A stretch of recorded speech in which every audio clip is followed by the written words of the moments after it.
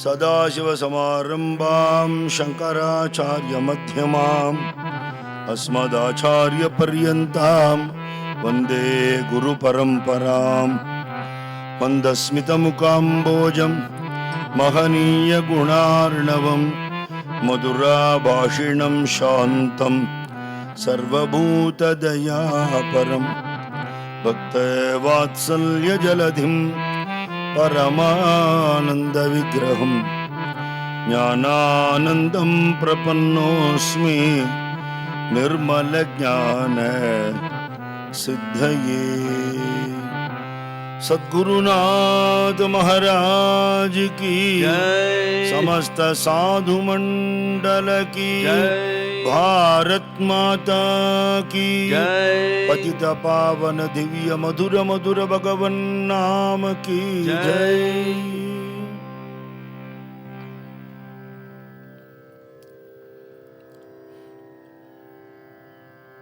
பாவத்தில் மூழ்கி எழுந்து இந்த பாட்டுகள்லாம் பாடியிருக்காருங்கிறதுக்கு என்ன பிரமாணம்னா, பாடும்போது நமக்கு பாவம் வர்றதுதான் பிரமாணம்.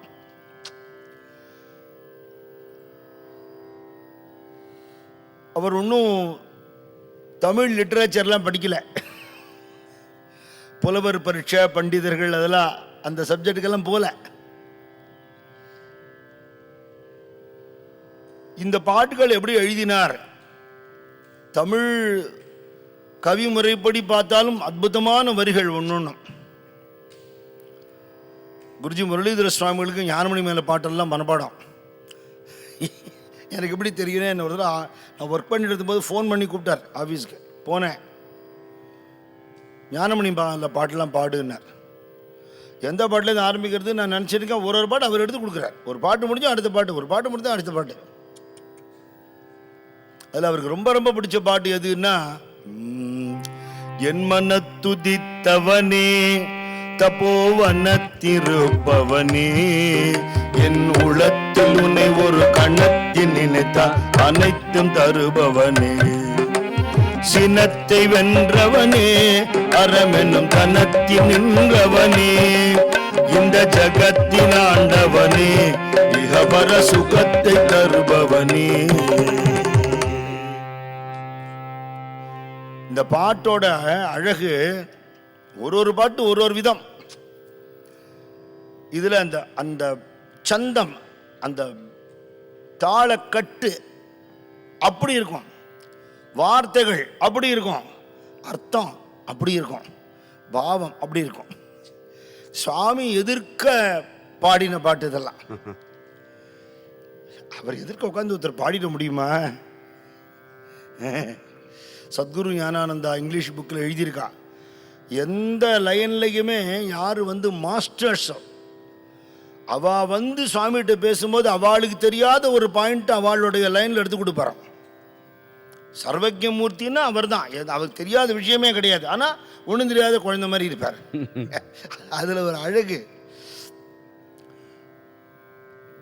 ஸ்ரீமான் கோபாலையா அவர்களும் தெலுங்கு தாய்மொழி, தமிழ்நாட்டில் இருந்தனால் தமிழ் பேச தெரியுமே தவிர தமிழ் பாட்டு எழுதுகிற அளவுக்கு புலமை இல்லைன்னு அவரை பற்றி சொல்லிக்கிறார். அப்படி எழுத தெரியாதவரெல்லாம் சாமி எழுதி வைக்கிறார்.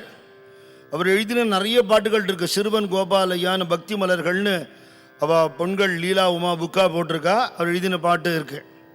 அது ரொம்ப பிரசித்தமான பாட்டு, எல்லாருக்கும் தெரிஞ்ச பாட்டு என்ன?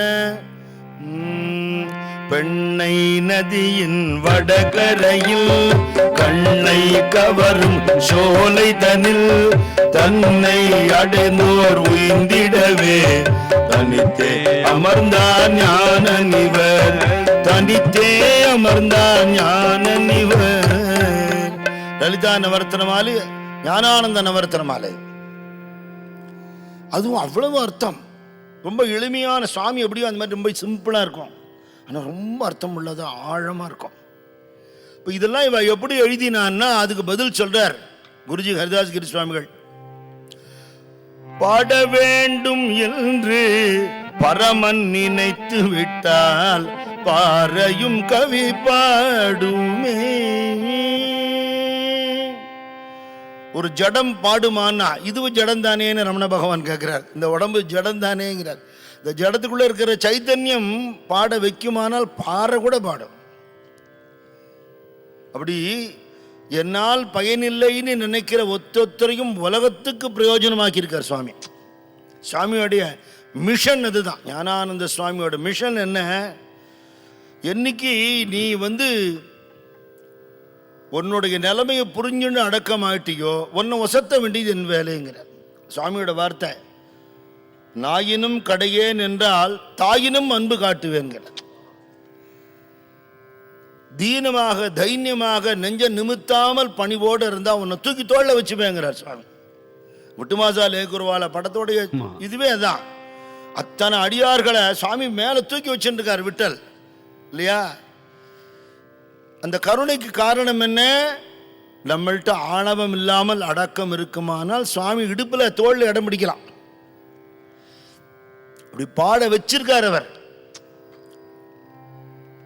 இரும்பு கர்டர்லாம் மேலே ஏற்றி பாத பூஜை மண்டபம் கட்டணம் வேலை தூக்க முடியாமல் தவிக்கிறா. அதுக்கு கிரேன் வரணும்னு சொல்கிறா. இப்படி பார்த்துட்டு இந்த 10ஆம் நம்பர் நூல் இருக்கான்னு கேட்குறாரு. 10ஆம் நம்பர் நூலை வச்சுட்டு என்ன பண்ணுறது? அதை கட்ட சொல்லி 4 பேர் தூக்குவோம் அப்படின்னா தொட்டு நகர்த்த கூட முடியாது. அதை அப்படின்னு சவுண்டு விடுறாரு. ஜம்முன்னு மேலே ஏறுறது. நவராத்திரி மண்டபம் இருக்க, இப்போ இன்றைக்கும் இருக்க நவராத்திரி மண்டபம். அஸ்திவாரமே இல்லாத கட்டடம். யாராவது நம்புவாளா? ஒரு நாள் அங்கேருந்து அந்த இடத்த காலால் இப்படி தேய்ச்சி விட்டு மேஸ்திரி கூப்பிட்டு செங்கல் வை அப்படின்னு விட்டாரான். அன்றைக்கி வந்திருந்த வாழா பெரிய பெரிய ஜட்ஜெல்லாம் அவள் எடுத்து கொடுக்குறா செங்கல். தப்போ வந்தால் எல்லாரும் அவளோட பொசிஷனை மறந்துடுவா. அங்கே அவர் சுவாமி, நம்ம அவரோட குழந்தை, அவ்வளோதான். அவருக்கு சேவை பண்ணுறது. அப்படி கட்டடம் கட்டி எத்தனை வருஷம் ஆச்சு, எத்தனை உற்சவம் நடந்திருக்கு. அதுக்கு நடுவில் எத்தனை மழை புயலை பார்த்து கொடுத்து அந்த கட்டடம் இன்னைக்கும் இருக்கே. அப்படின்னா நடக்காததை நடத்தி வைக்கிறவர் அசாத்திய சாதக சுவாமி. அதனால அவர் பக்தாளோட அனுபவத்தை, ஈஸ்வரையருடைய ஞானானந்த அருள் அனுபவம்னு ஒரு புஸ்தகம், அதெல்லாம் மாமா இருந்து அவள் அனுபவங்களை பிரிண்ட் பண்ணி புக்காக எங்களுக்கு கொடுத்தார். இதுக்கு கிடைக்காது இப்போ, அஃப்கோர்ஸ் எல்லாம் நாட் அவைலபிள். அவ்வளவு அனுபவங்கள் அவளுக்கெல்லாம். அவர் சாட்சாத் பகவான் தான் இந்த ரூபத்தில் வந்திருக்காருன்னு அடிச்சு சொல்றார். அப்படி அனுபவங்கள் எழுதுறார். ஒத்தொத்தருக்கும் ஏதோ நம்மளை காப்பாற்ற ஒரு மகான், ஒரு குரு, ஒரு ஞானேன்னு இல்லாமல் இவர் பகவான்னு புரிஞ்சுக்கிறாப்புல அவரே அனுகிரகம் பண்ணிட்டார். அப்படி புரிஞ்சுட்டதோட ஒரு வெளிப்பாடு தான் இந்த பாட்டு. எத்தனையோ விதமான கலைஞர்கள்லாம் சுவாமிகிட்ட சமர்ப்பணம் பண்ணி அவளோட கலைகள் சுவாமி கிருபையால் அபிவிருத்தி ஆயிருக்கு. அப்பனையங்கார் ஒரு சம்பவம் எழுதியிருக்கார். இது நான் ஞானானந்த விஜயத்தில் ஞானானந்த சாகரத்தில் சொன்ன நினைவு இருக்கு எனக்கு. அவர் பொண்ணு வீணை நன்னா கத்துண்டு வாசிப்பா. தாத்தா எதிர்க்க வாசிச்சு காட்டலாம், நீ எடுத்துட்டு வான்னார். இப்போ ட்ரெயினில் அவ்வளோ தூரம் கொண்டு பண்ணுவேப்பா, தப்போவனத்துக்கு சரியான வாகன வசதி கிடையாது, எடுத்தும் பொறுத்து ஏதாவது ஆகிடும், அல்ல ஒன்றாகாது, பார்த்து தைரியமாக வா எடுத்துன்னு வா. மேல் பர்த்தில் வச்சுருக்கா. அவர் டிடிஆர் இல்லையா, சௌரியமும் பண்ணியிருக்கார். ஏதோ வழியில் ஒரு ஜெர்க்கை எடுத்து வண்டி தட்டார்னு இப்படின்னது வீணு கீழே விழுந்துடுச்சு. பிடிச்சி கூட எங்கேயோ ஒரு இடத்துல தட்டி எடுத்து லேசாக அந்த முட்டுக்கள்லாம் உடஞ்சி போயிடுது, சொர முட்டுக்கள்லாம். அது பொண்ணு ஓன்னு அழ ஆரம்பிச்சுடுது. என்ன பண்ணுறது? சரி பரவாயில்ல, அழாத, எல்லாம் நல்லதுக்கு தான், அப்படி தான் நம்ம பொதுவாக ஆறுதல் சொல்லுவோம். எல்லாம் நல்லதுக்கு தான், கவலைப்படாத அப்படின்னு சொல்லிட்டு, நான் எடுத்துன்னு வர மாட்டேன்னு கேட்கவே இல்லை, தேவையில்லாமல் தாத்தாட வாசிக்க சொன்னேன், அப்படி இப்படி துணியை போட்டு சுற்றி கொண்டு வந்துட்டா. இங்கே வந்தால் சுவாமி இல்லை, சித்தலிங்க மடத்தில் இருக்காருண்ணா. எப்போ வருவார் இல்லைன்னா ஒன்றும் தகவலாம் கிடையாது. திடீர்னு வருவார், திடீர்னு 4 நாள் வரமாட்டார், ஒன்றும் சொல்ல முடியாது. இன்னும் அழுக ஜாஸ்தியாக இருக்குது. அப்புறம் அவர் ஏதோ தேன் மெழுகு எடுத்துன்னு அங்கங்கே ஒட்டி பார்க்கறதுக்கு வீணை மாதிரி பண்ணிட்டார். அப்பப்பா சரி வந்ததுக்கு சாமி கையால் தொட்டு வாங்கிப்போன்னு நினச்சார். மறுநாள் வந்துவிட்டார் சுவாமி. நமஸ்காரம் பண்ணோடனே, ஏன் முகம் வாடி இருக்கு அப்படிங்கிறார் அந்த பொண்ணை பார்த்து. அவளுக்கு ஒரே கோபம். எல்லாம் வல்லவர் சுவாமின்னா பின்ன ஏன் என் வீணை உடைக்கணும்? அவர் சாமி தானே, அவர் ஏன் அப்படி பண்ணார்? அப்படியெல்லாம் கோபம் இருக்குமா இல்லையோ? நம்ம இழுத்து எழுப்புக்கு சாமி வரணும்னு நினைக்கிறோம். அவர் சொன்னது ஏதோ ஒரு வார்த்தை நம்ம கேட்குறோமா? சாமி சொன்னதில் அதிகாலையில் எழுந்தே உன்னை அனுதினம் துதிப்போரை விதிதான் என்ன செய்யும், ஊழ்வினை தான் உடன் வருமோன்னு கேட்குறார். குருவார தனிக்காவது பிரம்ம முகூர்த்தத்தில் நம்மளால் எழுந்திருக்க முடியுமா? முடியலங்கிறத நிதர்சனம். சாமி சொன்னது எதையுமே கடைபிடிக்க முடியலையே. தினசரி வழிபாடு தினம் பாட முடியுமா? முடியல. தீபஜோதி 2 வேளை எடுக்க முடியுமா? முடியல. குருஜி முரளிதர சுவாமி சொல்லுவார், எந்த வீட்டில் விளக்கேற்றி தீபஜோதி பாடுறாளோ 2 வேளையும் அஷ்டலட்சுமிகள் அனுகிரகமும் அதில் இருக்குன்னு சொல்லியிருக்கார். பாட தெரியல. எங்கேயோ யாரோ தகடு கொடுக்குறான், தாயத்து கொடுக்குறான், மகாலட்சுமி அனுகிரகம் கிடைக்கும், ஜபம் பண்ணுன்னா அதை பண்ணுவா. இது சுலபமாக இருக்கும் இல்லையோ? தெரியாது. சாமியோட எளிமையினாலேயே சாமி நிறைய பேர் தெரிஞ்சுக்காம போயிட்டா. அதுக்காக அவர் படாடபம் பண்ண அவரால் முடியாது. அவரோட நேச்சர் அது, இயற்கை. சுவாமிகிட்ட கொடுத்து வாங்கிக்கலான்னு வச்சா என்னது ஒன்றும் தெரியாத மாதிரி. வீணை கற்றுக்கிறா. அப்படியா, சந்தோஷம், வாசிப்பளோ அப்படிங்கிறார். அவளுக்கு ஒருன்னு வாசிப்பா, அது உங்கள் எதிர்க்க வாசிக்கணும் தான் அடுத்துன்னு வந்தது, வாசிக்கலாமே அப்படின்னார். இல்லை சுவாமி, வரும்போது ட்ரெயினில் கீழே விழுந்துடுத்து உடஞ்சி போயிடுத்து, பார்த்தா உடஞ்ச மாதிரி தெரியலையேன்னா. அங்கங்கே ஒட்ட வச்சுருக்கோம், நீங்கள் தொட்டு கொடுத்துருக்கோன்னு, அப்புறம் ஊரில் போய் ரிப்பேர் பண்ணிட்டு அடுத்த தடவை வருத்த வாசிக்கிறேன்னு. பாவம், குழந்தை வருத்தப்படுறது, வாசிக்கலைன்னா வருத்தப்படும், பாவம், வாசிப்போம் அப்படின்னார். என்னத்தை வாசிக்கிறது? வீணுன்னு எழுதி வாசிக்கலாம், அது வாசிக்க முடியாது. ரிப்பேருன்னு நல்லா தெரிகிறது, வாசிப்போங்க இன்சிஸ்ட் பண்ணுறார். முயற்சி பண்ணுவோம் அப்படி வாசிச்சுட்டா. பாறையும் கவி பாடுமே, ஆடல் பாடல் முதல் அத்தனை கலைகளும் ஐயல் திருவுள்ளமே. டி.எச். விநாயகராம் அவர்கள் தபோவனம் வந்திருக்கார். அப்பா ஹரிஹர சர்மாஜி வந்து சாமியோட பரம பக்தர்.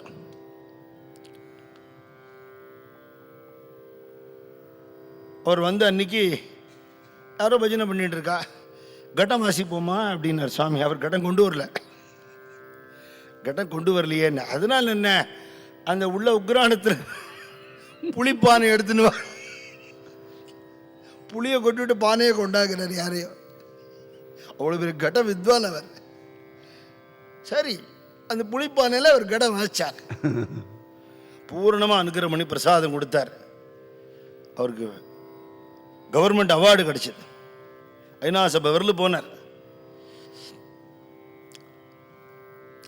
அத்தனை கலைஞர்கள் வித்வான்கள்லாம் வருவா சுவாமிகிட்ட. சுவாமியுடைய சங்கல்பத்தினால் அவ்வளவு நடக்கிறது அனுபவிச்சவாளுடைய அந்த பாவத்தை தான் அதில் வெளிப்படுத்துறார். ஆடல் பாடல் முதல் அத்தனை கலைகளும் ஐயல் திருவுள்ளமேயே, ஆக்கல் காத்தல் அழித்தல் அத்தனை நிலைகளும் அவன் திருவிளையாடலே.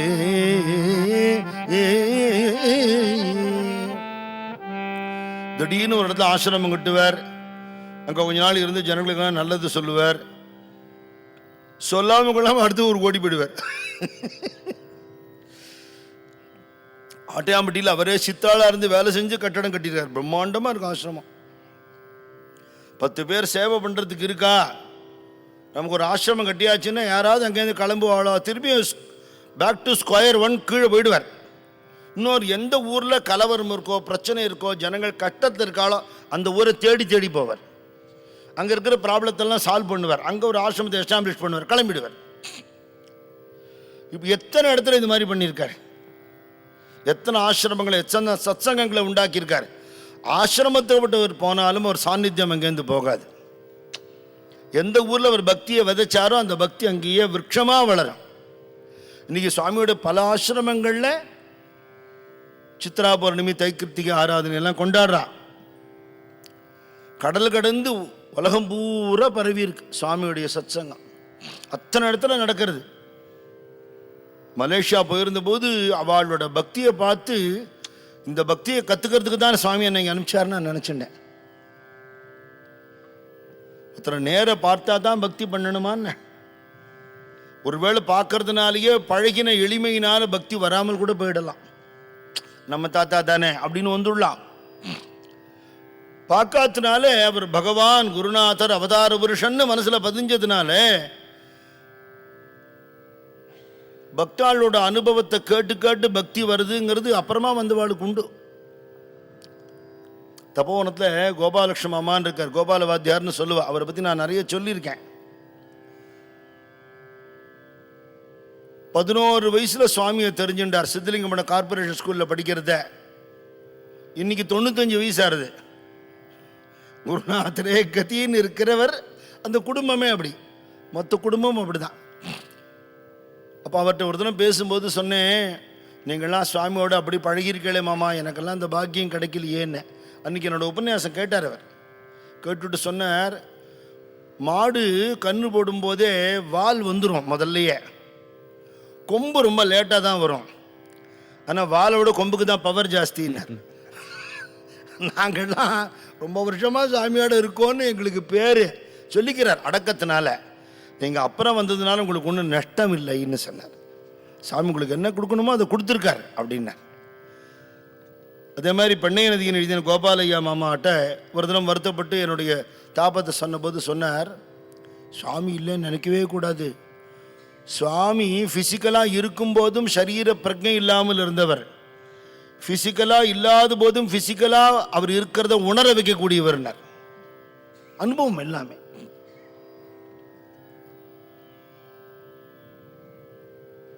இன்னைக்கு எந்த பஜனை மேளால் எடுத்துட்டாலும் சுவாமியை பாடாதவா கிடையாது. இப்போ ஞானானந்த மண்டலி நம்மெல்லாம் சுவாமி பக்தால் சுவாமியை பாடுறதுங்கிறது தான் நமக்கு பிராணன், ஜீவன். சுவாமிகிட்ட ஒரு ஈடுபாடு ரொம்ப பெருசு அளவில் இருக்கோ இல்லையோ, பஜனை சம்பிரதாயத்தில் போதேந்திர சுவாமிகள், ஐயாவால் சத்குரு சுவாமிகள் பாடுறாப்புல சுவாமி பாடணுங்கிறது இப்போ இன்றைக்கி புரோட்டோகாலாக போயிடுது. எல்லா இடத்தையும் பாடுறா. யக்நாத் மகாராஜோட வம்சாவளியில் வந்த யோகிராஜ் மகாராஜ் வந்திருந்த போது நங்கநல்லூர் மேளாக்கு வந்தார். அப்போ நான் சுவாமியோடைய திருவுருவம் காமிச்சு, இவர் தான் எங்கள் குருன்னு.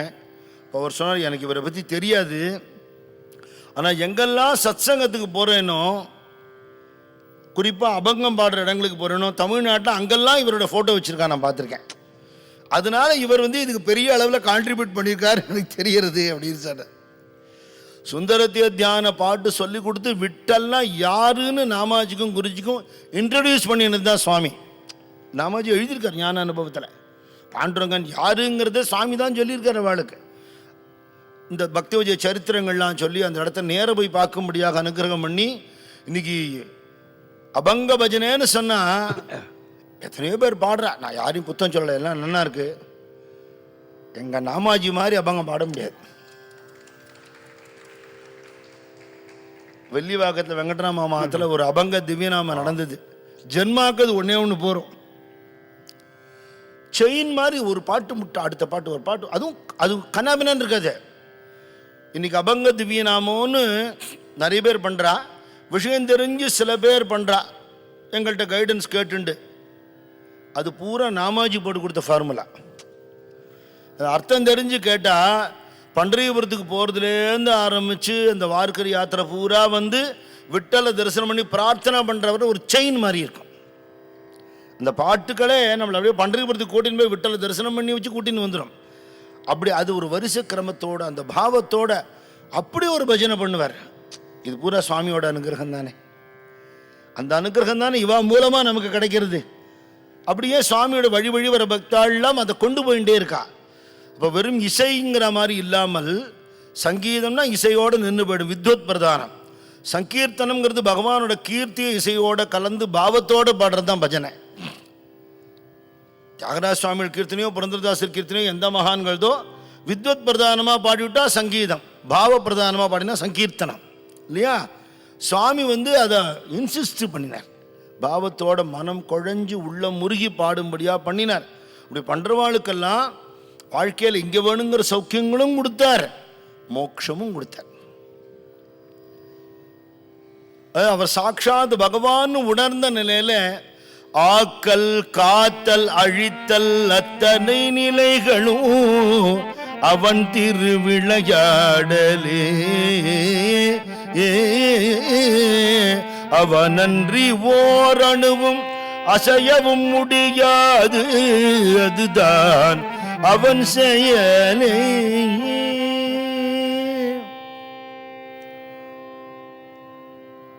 விழுப்புரம் ஞானஒளி ஸ்டூடியோஸ் வடிவேல் பிள்ளை, அவர் சுவாமி பக்தராகிறதுக்கு முன்னாடி கடவுள் நம்பிக்கை இல்லாத கூட்டத்தில் இருந்தவர், பெரிய பணக்கார குடும்பத்தை சேர்ந்தவர். ஏற்கனவே ஒரு அனுபவத்தை நான் சொல்லியிருக்கேன். பணக்கார குடும்பம்ங்கிறதுனாலேயே அதில் நாஸ்திகமும் சேர்ந்து போயிடுத்துனா ஓஹோன்னு இருக்கும் இல்லையா? நம்மளை யாரும் தட்டி கேட்க முடியாது. பகவானும் கிடையாது, பாவமும் கிடையாது, புண்ணியமும் கிடையாதுங்கிறவன் எதுக்கு அடங்குவான்? அடங்க மாட்டான். அடி விழுந்து தான் அடங்கணும் வாழலாம்.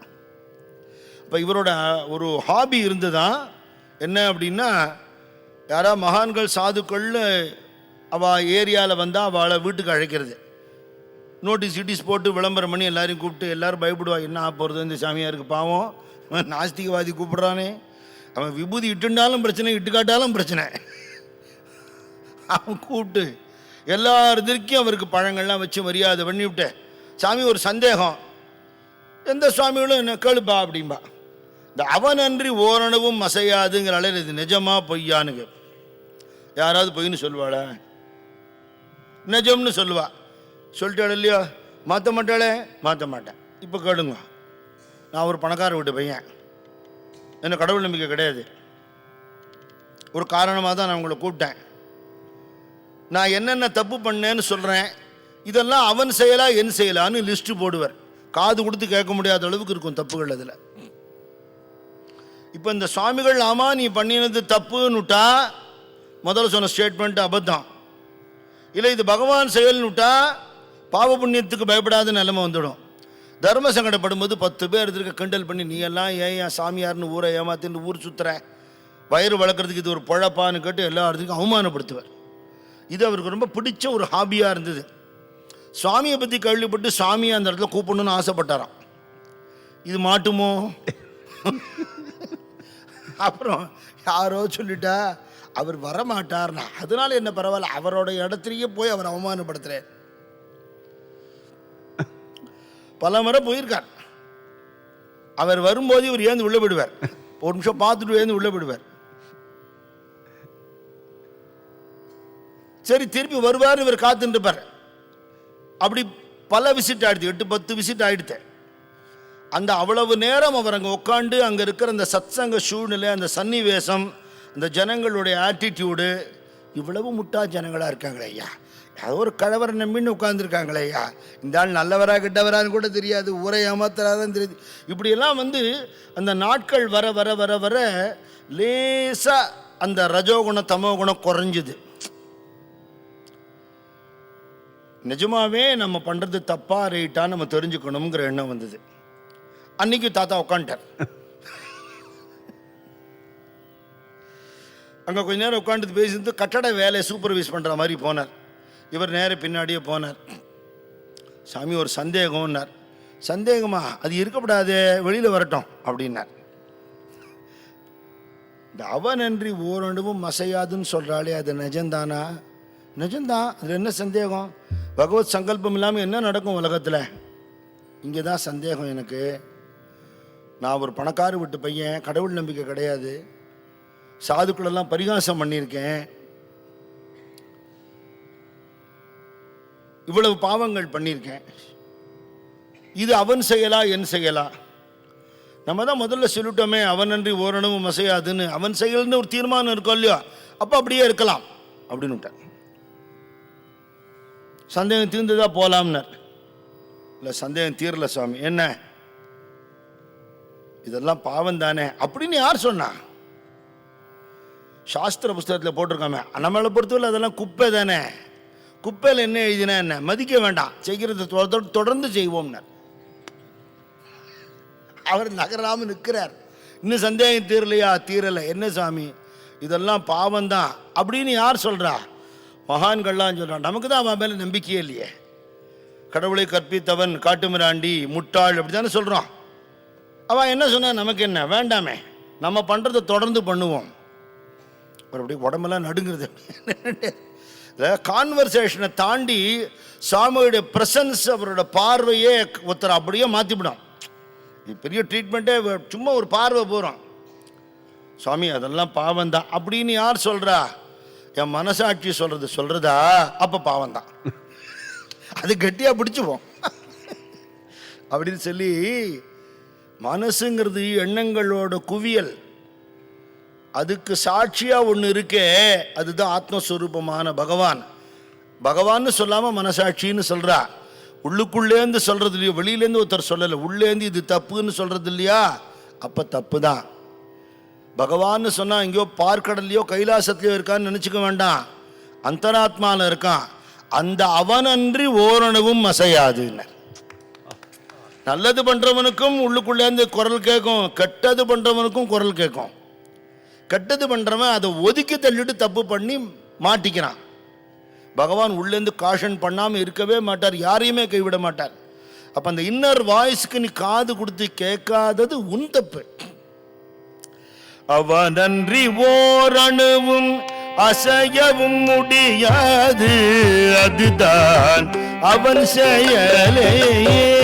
மனமே பாட வேண்டும் என்று பரமன் நினைத்து விட்டார், பாறையும் கவி பாடுமே. பகவானோட கலக்கலாம். நம்மளுடைய நிஜஸ்வரூபங்கிறது பகவானோட அம்சம்தான் அப்படின்னு தானே நமக்கு பெரியவாள்னா சொல்லித்தரா. பகவான்னு சொன்ன உடனேயே எனக்கு 4 கை வருமா, சங்கு சக்கரம் இருக்குமா, திரிசூலம் இருக்குமா, டமரு இருக்கான்னு கேட்கக்கூடாது. இந்த ஆக்கல் காத்தல் அழித்தல் இந்த நிலைமைக்கு நம்ம போக வேண்டாம். சுவாமி அடுத்தது சொல்றார் இதுல என்ன? அன்பு கருணை அருள் அமைதி ஞானம் ஐந்தும் அவன் பொருளே. பகவானுடைய மகிமைகள் பராக்கிரமத்துக்கிட்ட ஏண்டா போற? அந்த குணத்தை எடுத்துக்கோ. நம்ம சுவாமின்னு எடுத்துட்டா அவர் பண்ண தபசு, அவரோட ஞானம், அவர் எத்தனை நூற்றாண்டு இருந்தார், இந்த டீட்டெயில்ஸுக்கு போகிறோம். சாமி எத்தனை அன்பாக இருந்தார், சாமி எல்லாத்தையும் எப்படி பழகினார், எப்படி சிரிச்சுன்னு இருந்தார், ரொம்ப மென்மையாக எப்படி பேசினார், எல்லாருக்கும் பகவானாக இருந்துட்டு எப்படி சேவை பண்ணினார். இதுதான் நம்ம தெரிஞ்சுக்கணும். நான் சுவாமி பக்தன்னு சொல்லி நெஞ்ச நிமித்தி மாறு தட்டினேன்னா நான் சாமி பக்தன் இல்லை, நான் பொய் சொல்கிறேன், ஏமாத்துறேன், என்னையே ஏமாத்திக்கிறேன். அந்த குணங்கள் வர வேண்டாமா? அன்பு கருணை அருள் அமைதி மெய்ஞானம் ஐந்தும் அவன் பொருளே. இதுதான் அவருடைய சொத்து.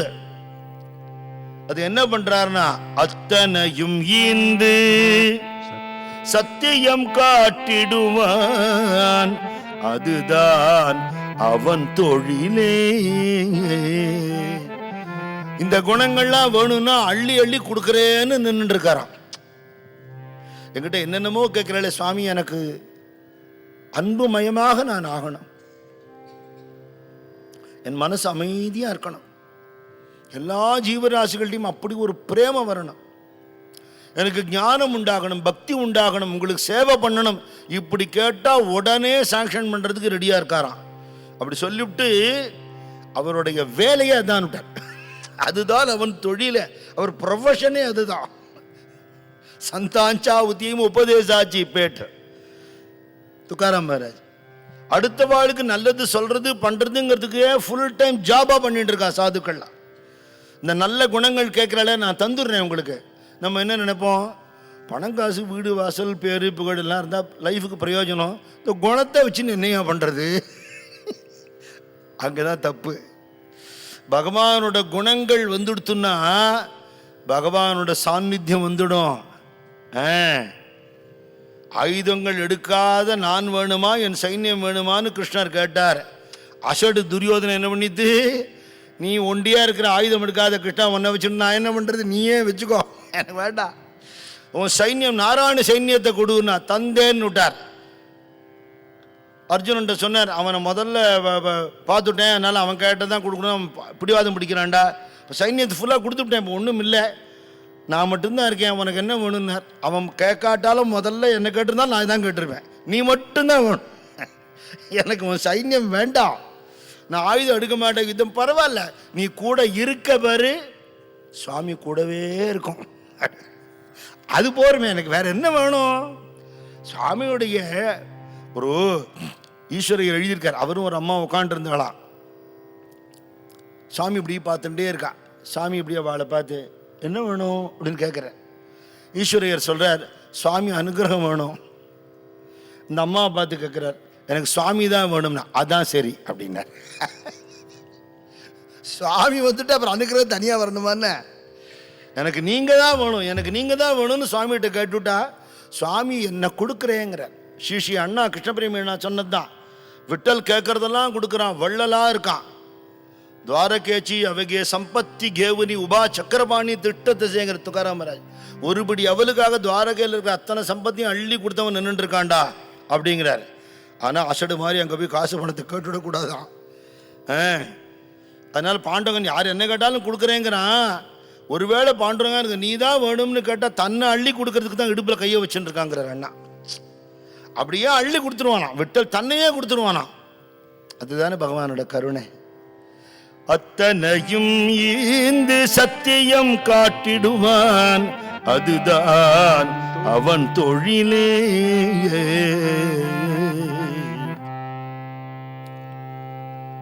அறியாமையால் இருள் அகத்தினில் சூழ்ந்திருக்க அவதிப்படலாகுமோ. சத்சங்கத்திலே இருந்தும் நீ பெரியவனா நான் பெரியவனா அப்படிங்கிற ஈகோ கிளாஷ், இதுக்கு இதில் இல்லாமல் இருக்கிற லௌகீகனே எவ்வளவோ தேவலை. அப்படி தோணி போயிடும் சமயத்தில்.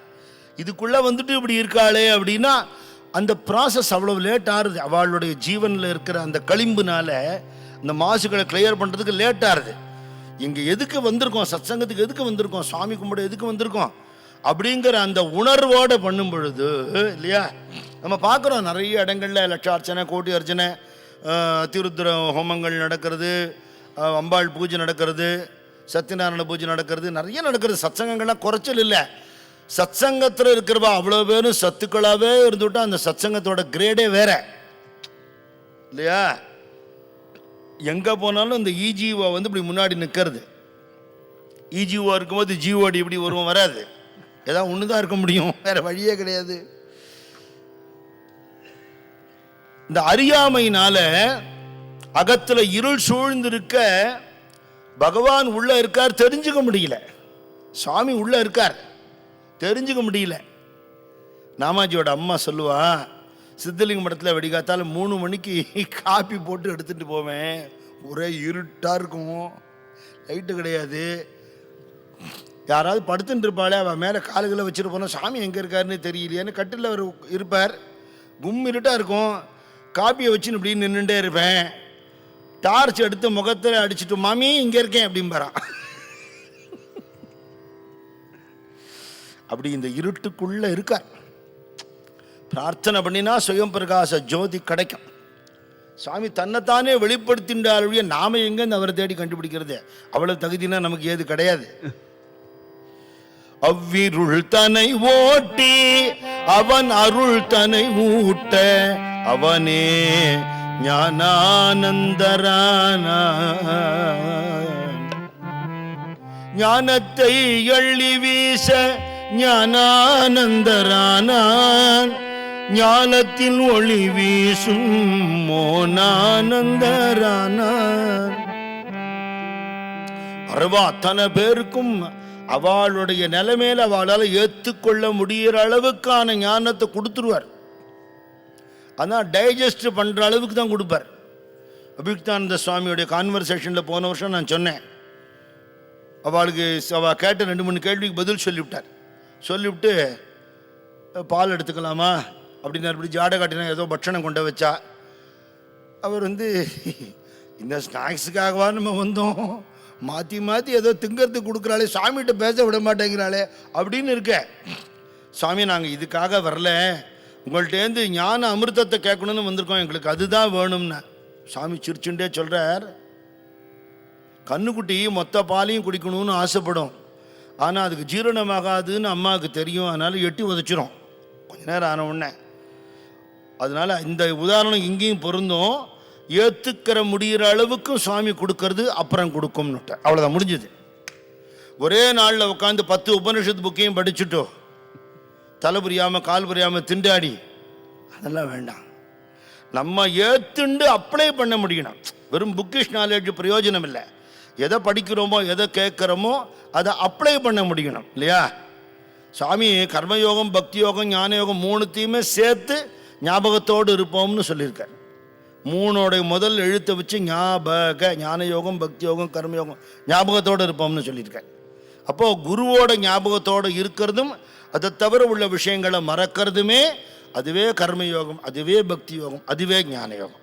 குருநாதர் காட்டுற காரியத்தை செஞ்சுட்டு பலனை எதிர்பாராமல் ஒதுங்கி இருக்கிறது கர்மயோகம்.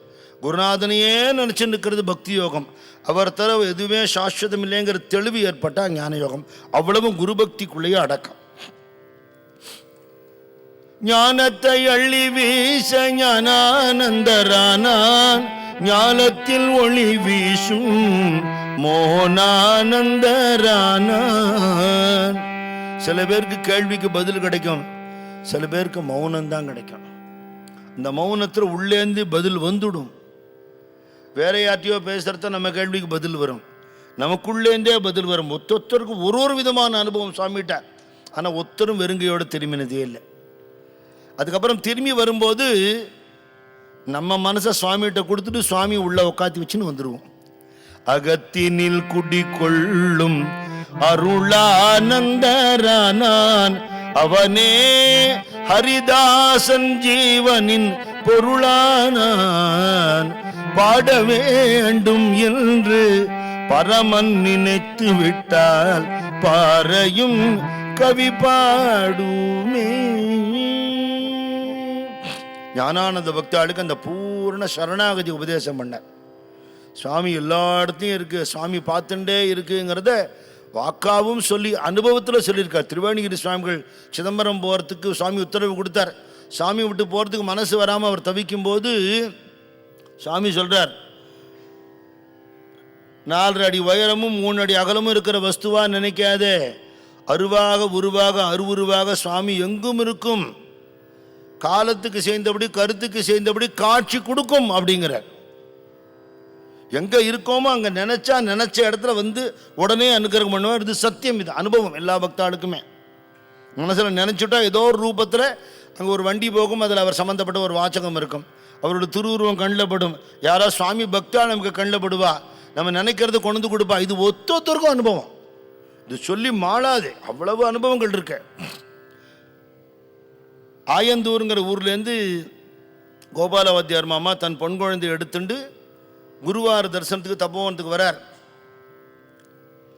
பெண்ண நதியில் கொஞ்சம் தண்ணி இருக்க, ஆனால் ஒன்றும் ஆழம் ஜாஸ்தி இல்லை, நம்ம தாண்டி போயிடலான்னு நினச்சின்னு அவள் பாதி நதி கடந்துட்டா. அவரை ஒரு ஒய்ஃபு பொன் குழந்தைய தூக்கின்னு இருக்கா மாமி. திடீர்னு வெள்ளம் ஜாஸ்தி ஆயிடுது, தடுமாறி போயிட்டார். யாரும் ஹெல்ப்புக்கு இல்லை. நம்ம சுவாமி நாமத்தில் நமக்கு வேற என்ன தெரியும்? சத்குருநாதா ஞானானந்தா காப்பாத்துங்கிறது நமக்கு வேற என்ன தெரியும்? கரையில் ஒரு வயசானவர் நின்றுட்டு இருக்கார். பயப்படாத, வாவா நான் அங்கே இருக்கேன் வான்னு கூப்பிடுறார். தடுமாறி அங்கே போயிட்டா. கிட்ட போகிறதுக்குள்ள தண்ணி நன்னா ஏறிடுத்தோம். குழந்தைங்க அந்த மாட்டேருந்து வாங்கிக்கோ அப்படின்னு சொல்லிட்டு ஒரு கம்பை நீட்டி நீ பிடிச்சிக்கோ நான் தூக்குறேன் அப்படின்னு சொல்லி, இது வயசான தாத்தா இவர் எடுத்து விட்டார். அப்புறம் மாமியை எடுத்துன்னு வர சொல்லி மாமி அவள் வஸ்திரமெல்லாம் பிழிஞ்சுண்டு அவருக்கு நன்றி சொல்லலாங்கிறதுக்குள்ள தாத்தாவை காணோம். அங்கேருந்து தபோவன் வந்தா சிரிச்சுண்டே, ஆற்றுல இறங்கி ஆழம் பார்த்தேளோ. மாமி பொலன்னு அழுது காலில் விழுந்து, நீங்கள் தானே காப்பாத்தினேள் அப்படின்னு சொல்லலாம். ஸ்மரணாத் அருணாச்சலிய மாதிரி நினைச்ச நினப்பில் அனுகிரகம் கிடைக்கும். அதனால என் உள்ளத்தில் உன்னை ஒரு கண்ணத்தில் நினைத்தால் அனைத்தும் தருபவனே, என் மனத்துதித்தவனே, தபோவனத்திருப்பவனே, என் உள்ளத்தில் உன்னை ஒரு கணத்தில் நினைத்தான் அனைத்தும் தருபவனே. மனசுல எண்ணங்கள்லாம் குவிஞ்சு கிடக்கும். எண்ணங்களோட குவியலுக்கு தான் மனசுன்னு பேர் இல்லையா? ஆனா அந்த எண்ணங்கள் மனசுல இருந்து உற்பத்தி ஆகலேன்னு ரமண பகவான் சொல்றார். சயின்ஸ்ல மூளை தான், பிரெயின் தான் எல்லாத்துக்கும் மேல டாப் மோஸ்ட் அத்தாரிட்டி. ரமண பகவான் சொல்றார், பம்பிங் ஸ்டேஷனா இருக்கிற ஹார்ட்டுங்கிறது லெஃப்ட் சைடு இருக்கு, ஸ்பிரிச்சுவல் ஹார்ட்டுங்கிறது சென்டர் செஸ்டுக்கு ரைட் சைடில் இருக்கு. இங்கேருந்து தாட்ஸ் அங்க டிரான்ஸ்மிட் ஆறுது, இங்கேக்கு சூப்பர் கான்சியஸ்னஸ்லேருந்து வருதுங்கிற. இப்போ நான் இவனுக்கு ஒரு மெசேஜ் அனுப்பணும்னா இப்படியே போகிறது இல்லையே, சைபர் ஸ்பேஸுக்கு போயிட்டு வருது இல்லையா? அது மாதிரி அந்த வெட்ட வெளியான சிதானந்த ரூபத்துக்கு போயிட்டு தான் ஒன்று வருது. ஆனால் மின்னல் வேகத்தில் நடக்கிறது. விஞ்ஞான அதிசயத்தை விட பெருசு மெய்ஞான அதிசயம். அதனால எண்ணங்கள் சலனங்கள் இருக்கும்போது மனசு ஒடுங்கலை, தியானம் பண்ண முடியலேங்கிறதுக்காக மகான்கள் இன்னும் சொல்லித்தரா, ஹிருதய கமலம் அப்படி இன்னும் ஒன்று சொல்றா. ஹிருதய கமலத்தில் பகவான் நினைன இந்த சென்டர், தகராகாசம்ங்கிற இந்த சென்டரில் தியானம் பண்ணினா மனசு ஒடுங்கும். இல்லைன்னா மனசு வைப்ரேட் ஆகும். இந்த இடத்துல ஒரு தாமரை புஷ்பத்தில் பகவான் உட்கார்ந்துட்டு இருக்கார், சுவாமி உட்கார்ந்துட்டு இருக்காருங்கிற எண்ணத்தில் அவரை தியானம் பண்ணணும். பரமஹம்சர் சொல்றார், ஹிருதய கமலத்தில் பகவானை தியானம் பண்ணு, உன் மனசை ஒரு பட்டு நூலால் கட்டி அந்த சரணத்தில் வச்சுடு. ஏன் பட்டு நூல்னு சொல்கிறேன் தெரியுமா? சுவாமி பாதம் ரொம்ப மென்மையானது, தாங்காது. அப்படி அந்த சரணத்தில் கட்டுண்டு இருக்கிறதா நினச்சிண்டு உன்னை பகவானுடைய அந்த சொரூபத்தை, நாமம் சொல்கிறதுக்கு முன்னாடி சொரூபத்தை ஹிருதய கமலத்தில் தியானம் பண்ணு. அதனால்தான் ராகவேந்திர சுவாமியுடைய சித்திரப்படம் பார்த்தா ஹிருதயத்தில் ராமர் இருக்கா மாதிரி போட்டிருப்பா, ஆஞ்சநேயர் ஹிருதயத்தில் ராமர் இருக்காருன்னு போட்டிருப்பா. ஜீசஸோட ஹிருதயத்தில் ஒரு முள் கிரீடத்தோடு கூடின ஒரு ஹார்ட் படம் போட்டிருப்பா. அதாவது உள்ளுக்குள்ள இருக்கிற ஆத்மஸ்வரூபம்ங்கிறது பந்தப்பட்டு இருக்கு, அது ரிலீஸ் ஆகணும்னு அர்த்தம். அது புத்தருடைய ஹார்ட்லேயும் அந்த மாதிரி ஒன்று போட்டிருப்பா. இது அவளுக்கும் இல்லை, நமக்குமே அந்த ஹிருதய கமலம் இருக்கான். அந்த ஹிருதய கமலம் மலர்ந்துடும். சத்சங்கத்தில் இருக்க இருக்க இருக்க மனம் மலரும். ஹிருதய கமலம் மலர்ந்த உடனே மனசோட சேஷ்டை எல்லாம் ஒடுங்கி அந்த ஹிருதயம்ங்கிற அந்த சொரூபம் விகாசமாகும். அப்போ அதில் வரக்கூடிய ஒரு எண்ணமும் சத்சங்கத்துக்கு அனுகூலமாக இருக்கும். ரஜோகுணம் தமோகுணம் இல்லாமல் சத்துவகுணமே இருக்கும். அப்படி ஹிருதயம்ங்கிற ஹிருதய கமலத்தில் தபோவனம்ங்கிற ஒரு க்ஷேத்திரம் இருக்கு, அங்கே சுவாமி இருக்கார். என் மனத்துதித்தவனேன்னு பாடுவார். சமயத்தில் என் மனம் துதித்தவனேன்னு மாற்றி பாடுவார். என் மனத்துதித்தவனே தபோவன திருப்பவனே, என் உள்ளத்தில் உன்னை ஒரு கணத்தில் நினைத்தால் அனைத்தும் தருபவனே. வாயை விட்டு சொல்லணும்னு இல்லை, கல்பத்தரு தளவட்டி ஜோகோணி பைசலா காயவானத்தியாலா சாங்கா ஜோஜி ஞானேஸ்வர மகாராஜ். கல்பக விருட்சத்து கீழே உட்காந்து நீ நினைச்சதை அது கொடுக்கும்னு சொல்லியிருக்கே தவிர வாயை விட்டு கேட்கணும், பெட்டிஷன் கொடுக்கணும், வெயிட் பண்ணணும்னு சொல்லலைப்பா. நினைச்ச உடனே கொடுத்துடும். ஆனால் சுவாமி என்ன பண்ணுவார், நல்லதை நினைக்க வச்சு நினைச்சதெல்லாம் கொடுப்பார். எந்த ஒரு கட்டத்தில் இருந்தாலும் குருநாதா காப்பாற்றினா அந்த க்ஷணம் சுவாமியோட கிருபையை நம்ம பார்க்கலாம். அப்படி சம்பவங்கள் எழுதியிருக்கா. அந்த காலத்தில் அம்பத்தூரில் ஏதோ ஒரு பஜனைக்கு போயிட்டு, அப்போ ஹரி தண்டபாணின்னு இருந்தாவா, 2 பேரும் இளைஞர்கள். பஸ் சார்ஜ் கையில் காசுலாம். அந்த நேரத்தில் நைட் பஸ் இருக்குமோ தெரியல. அம்பத்தூர் எங்கே இருக்குது, மந்தவழி மயிலாப்பூர் எங்கே இருக்குது, நடந்து வரா 2 பேரும். பஜனை முடிகிறதையே 9 மணி 10 மணி ஆகிருக்கும். அப்புறம் பிரசாதம் எடுத்து நடக்க ஆரம்பிச்சிருப்பா 2 பேரும். சாமியை பற்றி பேசிட்டோ பஜனையை பற்றி பேசினோ நடந்து வருவா. ஜெமினி ஃப்ளைஓவர்கிட்ட வரும்போது போலீஸ்காரன் பிடிச்சி விட்டான். யார் என்ன ஏதுன்னு விசாரிக்கிறான். எங்கே போயிட்டு வர அப்படின்னு கேட்குறான். வீடு எங்கே இருக்குது? வீடு மந்தவழியில் இருக்கு. எங்கே போய்ட்டு அம்பத்தூரில் என்ன வேலை? பஜனைக்கு போயிட்டு வரேன்னா நம்ப மாட்டேங்கிறான். இந்த நேரத்தில் என்னடா பஜனை? சின்ன பசங்களாக இருக்குங்க, என்ன யார் உண்மையை சொல்லு, பணம் இருக்கா அப்படின்னு கேட்குறான். காசுல இருந்தாலும் நாங்கள் நடந்து வரோம், எங்கள்கிட்ட போய் காசு கேட்குறாங்க. என்ன பண்ணுறதுன்னு தெரியல, மாட்டின்ட்டோம். போலீஸ்காரன் உள்ள தள்ளிட்டு ஜாக்கிரதையான்னு வரட்டுறான். 2 பேரும் யங்ஸ்டர்ஸ், அதனால ஒரு பயம் இருக்கும். குருநாதா காப்பாத்துன்னு மனசில் வேண்டிக்கிறான். ஒரு டாக்ஸி அங்கேருந்து வந்து நின்னுது. ஹரி தண்டபாணி, இங்கே என்ன பண்ணிட்டு இருக்க? நீங்கள் பஜனை முடிஞ்சவொடனே வீட்டில் கொண்டு விடுறேன்னு சொன்னேன்னா இல்லையா? இங்கே என்ன பேச்சு உங்களுக்கு? ஏறுங்க வண்டியில். அப்பா வா, 2 பேர் நல்ல குடும்பத்து பசங்க, பஜனைக்கு போயிட்டு வரா. இவா தான் கிடைச்சாளா இன்னைக்கு அப்படின்னு சொல்லி அவளை வசூல் பண்ணுறதுக்கு அது மாதிரிலாம் பண்ணக்கூடாது அப்படின்னு சொல்லி ஏற்றி கொண்டை விட்டு 2த்துக்கு பயமே நடுங்கலை. இன்னும் போகல, அங்கே கொண்டை விட்டுவிட்டு சிட்டா பறந்துடுத்து வண்டி. டவுட்டே இல்லை, சர்வ நிச்சயமா நம்ம சுவாமி தான். அடுத்த தடவை அங்கே தபோவனம் போகிறத பஜனை பண்ணால் போகாது, போலீஸ்காரன்ட்ட மாட்டினா சாமர்த்தியமாக பேசவும் தெரியணும். நமக்கு என்ன கவலை இல்லையா? என்ன கவலை? நினைச்ச உடனே அனுகிரகம் பண்றதுக்கு சுவாமி இருக்காரு. ஈஸ்வரையர் எழுதுறார், அகரம் கிராமத்தில் சீதா கல்யாண உற்சவத்துக்கு போய் தரிசனம் பண்ணுறதுக்காக லக்ஷ்மண ஐயர் வாழலாம் போயிருக்கா. கள்ளிக்கோட்டை கேலிக்கட்லேருந்து வந்திருக்காரு, வாழலாம் போயிருக்கா. சுவாமி தான் அனுப்பிச்சு வச்சார். போகிறதுக்கு வண்டியில் போயிருக்கா, காரில் போயிருக்கா. பஜனையெல்லாம் முடிஞ்சு சாப்பிட்டு வரதுக்கு மத்தியானம் ஆகிடும். சுவாமியை தரிசனம் பண்ணுறதுக்கு வெவ்வேறு ஊர்லேருந்து எனக்கு ஏகப்பட்ட கூட்டம் வந்திருக்கு. சுவாமி வடக்கு பக்கமாக இருக்கிற அந்த மதில் சுவர்கிட்ட இருக்கிற ஒரு ரூம்குள்ளே இருக்கார். ஏன் சுவாமி வரலேன்னு எல்லாரும் காத்துன்னு இருக்கா. இவர் கதவு இடுக்கு வழியாக பார்த்துருக்காரு உள்ள. ஈஸ்வரையர் ரூமில் இல்லை, பின்னாடி அந்த பக்கத்து கதவு திறந்துருக்கு. அங்கே சின்ன ஒரு வாய்க்கால் போகிறது, அது மேலே ஒரு கருங்கல் ஸ்லாப் இருக்குது, அது மேலே உட்காந்துருக்கார். அந்த பக்கம் பார்த்து உட்காந்துருக்கார், முதுகு காட்டின்னு உட்காந்துருக்கார். ரொம்ப நேரம் ஆச்சு. இப்படி இருக்க மாட்டார் சுவாமி. பக்தாள் அவருக்கு தெரியுமே, வந்துடுவார், ஓடி தரிசனம் கொடுக்க வருவாரேன்னு. கிட்டத்தட்ட 2 மணி ஆயிடுத்து. இவாள்லாம் வரா, இவர் கதவை திறந்துன்னு வெளியில் வர. முகமெல்லாம் செவந்து அப்படியே ஏதோ பிரயாசப்பட்டவர் மாதிரி தெரிகிறார் பார்க்கறதுக்கு.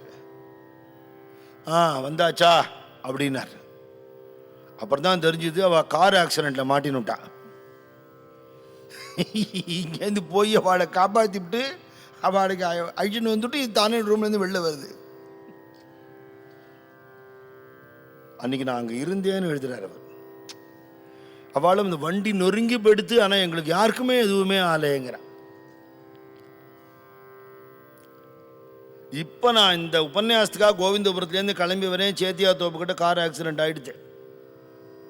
வண்டி ஃப்ரண்ட்டு பாகமெல்லாம் சேதமாகி, அந்த ஆக்சிடெண்ட்டை பார்த்தவாளுக்கு தெரியும் அது எப்படி நடந்திருக்கும் உள்ளேன்னு. இன்னைக்கு உங்கள் முன்னாடி உட்காந்து கதை சொல்லிட்டு இருக்கேன். கண்ணு முன்னாடி உதாரணம்.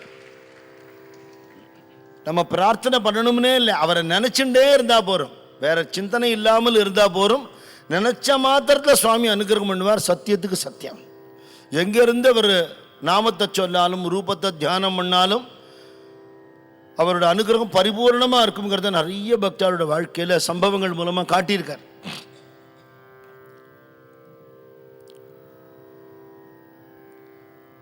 கிடைத்தற்கரியோனே சித்தலிங்க மட்டத்தில் உறைவோனே, எந்த இடத்தும் இருப்போனே, பவசங்கடத்தை அறுப்போனே.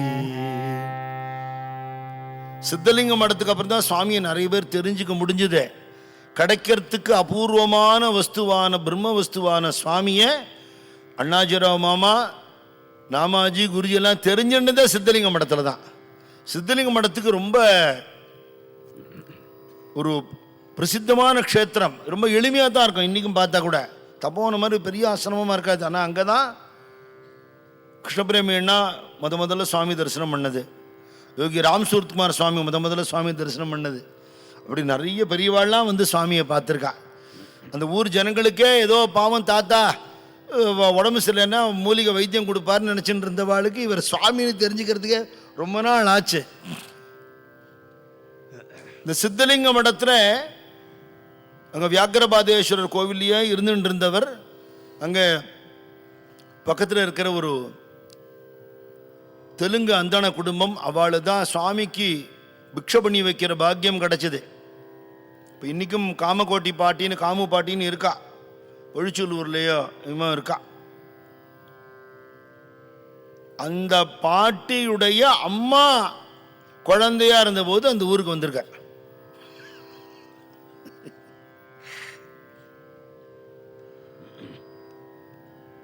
அவளுக்கு அவ்வளவு பாக்கியம். நம்ம ஆற்றுல சகஜமாக பழகி இருக்கிறதுனால அவளோட மகிமை நமக்கு தெரியறதுக்கு வழி இல்லை. ஒரு பெரிய ஒரு ஸ்தாபன தலைவராக இருந்து பிரக்யாதி இருந்து நிறைய பத்திரிகைகள்லாம் வந்ததுன்னா அந்த காலத்து மீடியான்னு இருக்கும் இல்லையோ, மேகசின்ஸில் வந்தால் மதிப்பா. இது பாவம் தாத்தா வெளியில் தன் தெரிஞ்சிடப்படாதுன்னே ஒரு குறியோடு இருந்திருக்காரு. வேறு எங்கேயாவது பிரசித்தமான கிளம்பி அடுத்த ஊருக்கு போயிடுவார். அப்படியே தான் இருந்திருக்கார். சித்தலிங்க மடத்தில் இருக்கிறத இந்த காமு பாட்டி அப்போ குழந்தையா பிறந்துட்டா, சாமி தூக்கி வச்சுட்டு இருந்திருக்கார். அவளை ஆகாரம்லாம் கொடுத்துருக்கார். அவளுக்கு ஒரு நாளைக்கு ஆசிரமத்தில் யாரோ முக்கியஸ்தாலாம் வந்திருக்கா, சுவாமி பேசினுக்கிறத குழந்தை வந்து இங்கே அங்கேயும் ஓடுறது. சத்த சும்மா ஒரு ஓரமாக இரு அப்படின்னு ஏதோ சொல்லிட்டார் சுவாமி. அது என்ன நினச்சுன்னு அழுதுண்டே போயிடுது. இப்போ இங்கே இருந்தவா யாரோ அது குழந்தை இடைஞ்சலை பண்ணுறது, சுவாமி வந்து இப்படி சொல்லிவிட்டார். குழந்தைக்கு என்ன தெரியும், இனிமேல் அனுப்பவே மாட்டேன், இந்த தாத்தா வச்சு நானாச்சு அப்படின்னு அந்த மாமி அம்மா கோச்சுன்ட்டான். ஒரு நாளாச்சு 2 நாளாச்சு குழந்தை வரல. இவர் எங்கேருந்து வந்தார், ஏன் குழந்தை அங்கே வரல அப்படின்னார். இல்லை இனிமேல் வரமாட்டான், உங்களுக்கு ஒன்றும் இடைஞ்சலாக இருக்க வேண்டாம், நான் அனுப்பலை அப்படின்னு கோவம் சாமிகிட்ட. இப்படிலாம் பழகியிருக்கா பாருங்க. சாமி உடனே அங்கே விளையாடி நிற்கிற குழந்தைய எடுத்து அடிச்சுட்டு, என் குழந்தை நான் எடுத்துன்னு போகிறேன், நீ என்ன குப்பையில் முளைச்ச கீரை போ அப்படின்னு சொல்லி தூக்கி வந்துட்டார். உள்ளுக்குள்ள சந்தோஷம், சாமி நம்மளை தேடி வந்து குழந்தை எடுத்துட்டாரேன்னு. ஆனால் கோபத்தை விட முடியல. இப்போ இவளை சமாதானப்படுத்துறதுக்கு ஒரு லீலை பண்ணினார். என்ன, சாமிக்கு வைத்த வலி, ஊருக்கெல்லாம் குணப்படுத்துகிற சாமிக்கு வைத்த வலி. யாரோ வந்து சொன்ன, சாமி வைத்த வலியில் கஷ்டப்படுறார், ஒன்றும் பிக்ஷே எடுத்துக்கல அப்படின்னா. ஐயோ இவளுக்கு ஒன்று வரவே மாட்டேன்னு சொன்னேன் இல்லையா, தாங்க முடியல அந்த மாமிக்கு. உடனே குப்பைமேனி கீரை அரைச்சி எடுத்துட்டு போய் சாமிக்கு பத்து போட்டுது. சிசத்தை கழிச்சு, அப்பாடா சரியா போயிடுத்தே அப்படின்னு சிரிச்சுது சாமி. இவ்வளோ சமாதானப்படுத்துறதுக்கு. அப்புறம் என்ன கீரை நீ போட்ட அப்படின்னு தெரியாத மாதிரி, நீங்கள் திட்டிட்டு போனேல குப்பை கீரைன்னு, அதுதான் போட்டேன். நீ குப்பையில் முளைச்ச கீரைன்னு. ஆஹா சரியா சொன்ன, என்னையே மடக்கிட்டியா நீ. எப்படி பழகியிருக்கார். பேர்பட்ட சித்த புருஷர், பிரம்ம ஞானி, சர்வசக்தி உள்ளவர், அப்படி பழகியிருக்கார் ஒருத்தர்ட்டி. கிடைத்தற்கரியோனே சித்தலிங்க மட்டத்தில் உறைவோனே, எந்த இடத்தும் இருப்போனே, பவசங்கடத்தை அறுப்போனே. ஞானானந்த விஜயத்தில் சொன்ன 2 சம்பவங்கள் இப்போ சொல்கிறேன். நான் நிறைய பேர் யூடியூப்பில் இருந்தால் கூட பழசெல்லாம் தேடி போய் கேட்குற அளவுக்கு மக்களுக்கு இன்றைக்கி நேரம் இல்லை, பொறுமை இல்லை. அதான் உண்மை. நீங்கள் புஸ்தகம் படிக்கிற சிரமம் இல்லாமல் நான் புஸ்தகம் படித்து பக்தாள் சொன்ன அனுபவங்கள்லாம் உள்ளே போட்டு சுவாமி அனுக்கிறதுனால உங்களுக்கு சமர்ப்பணம் பண்ணுறேன். அதை கேட்குறதுக்கு யாருக்கும் இன்றைக்கி நேரம் இல்லை. எல்லாம் அப்படி எடுத்து சர்வ் பண்ணி ஊட்டுற நிலைமையில தான் இன்றைக்கி இருக்குது கலிகாலம். அதனால் ஞானானந்த விஜயத்தில் சொன்ன 2 சம்பவங்கள் இப்போ சொல்கிறேன். ஸ்ரீமதி மாலா கிருஷ்ணசுவாமின்னு இன்றைக்கி இருக்கா தபோவனத்தில். அவள் ஆத்துக்கார கிருஷ்ணசாமி மாமா அப்போ இருந்தார். அவள் அங்கேருந்து கிளம்பி யூஎஸ் போகிறா. அவள் இன்னொரு பிள்ளையாத்துக்கு கார்த்தால வாக்கிங் போகிறேன்னு போனவர், நீ பாட்டுக்கு எங்கேயாவது போயிடாதப்பா, இதை அட்ரஸ் வச்சுக்கோ, திருப்பி வரது திண்டாடப்படாதுன்னு சொல்லியிருக்கா. இவர் ரொம்ப கர்மஸ்ரத்தையாக அந்த பேப்பரை தொலைச்சி விட்டார் எங்கேயோ. இப்படி நடந்து போனவர் திருப்பியும் வீட்டுக்கு வரத்துக்கு ரூட்டு தரல. எல்லாம் ஒரே மாதிரி இருக்குது, எல்லாம் ரோடு பில்டிங்கெல்லாம் ஒரே மாதிரி இருக்குது. நமக்கு இங்கிலீஷ் தெரியும் நம்ம நினச்சிக்கலாம், நம்ம பேசுகிற இங்கிலீஷ் அவனுக்கு புரியணுமோ இல்லையோ, அவன் பேசுகிற இங்கிலீஷ் நமக்கு புரியணுமோ இல்லையோ. இவருக்கு யார்ட்டையும் தெரிஞ்சுக்க முடியல. நேரம் ஆகிட்ட போகிறது, பசிக்கிறது, பயம் வந்துடுத்து, காலை வலிக்கிறது, ஓன்னு அழ ஆரம்பிச்சுட்டார். என்ன பண்ணுறதுன்னு தெரியல. அப்புறம் தட்டு மாதிரி அவருக்கு ஒன்று தோணித்த. படித்த மனுஷன், ஒர்க் பண்ணுறவர் தானே, ஒரு எங்கேயாவது போஸ்ட் ஆஃபீஸில் போய் விசாரிச்சா தெரிஞ்சுக்கலாம். நாங்கள் போனால் ஏதாவது லொக்கேஷன் பக்கத்தில் ஒரு லேண்ட்மார்க் சொல்லணும் இல்லையோ, இவருக்கு ஒன்றும் சொல்ல தெரியல, பாவம் தடுமாறுறார். அப்புறம் அப்படியே உட்காந்து அழுதுண்டே இருக்கார், சுவாமியை நினச்சிட்டு இருக்கார். சட்டுன்னு ஒரு தமிழ்நாடு பொண்ணு அங்கேருந்து வந்தா, நீங்கள் அட்ரஸ் தெரியாமல் தவிக்கிறீங்களான்னா. ஆமாம், நீங்கள் வாங்க, நான் உங்களை கொண்டு விடுறேன், ஏதாவது லொக்கேஷன் சொல்லுங்க. நான் கஷ்டப்பட்டு கண்டுபிடிச்சி போஸ்ட் ஆஃபீஸில் போய் திருப்பி விசாரித்து இவர் சொன்ன லொக்கேஷனை வச்சுன்னு ஐடென்டிஃபை பண்ணி, லோக்கல் லேடி தானே அவள், கண்டுபிடிச்சிட்டா. பிடிச்சி இவரை கொண்ட வீட்டில் விட்டுட்டு நடந்ததெல்லாம் சொல்லி அழுதார் ஒய்ஃப்ட்ட. ரொம்ப சந்தோஷமாக, நாங்களும் ரொம்ப நேரம் ஆகிடுத்தேன், கவலைப்பட்டு போயிட்டோம் அப்படின்னோடனே, நீ உள்ளே வாமா. இதை இல்லைம்மா, எனக்கு டைம் இல்லை, நான் பேங்க்கில் ஒர்க் பண்ணிகிட்டு இருக்கேன், ரொம்ப முக்கியமாக ஒர்க் பண்ணிட்டு இருக்கிறத இந்த இடத்துல ஒருத்தன் உட்காண்டிருக்கான், அட்ரஸ் தெரியாமல் தவிக்கிறான், என்னோட பக்தன், அவனை கொண்டா நீ அவனை வீட்டில் விடுன்னு சொல்லிட்டு ஒரு குள்ளமாக ஒரு தாத்தா வந்து என்னை ஒர்க் பண்ண விடாமல் டிஸ்டர்ப் பண்ணிகிட்டே இருந்தார்.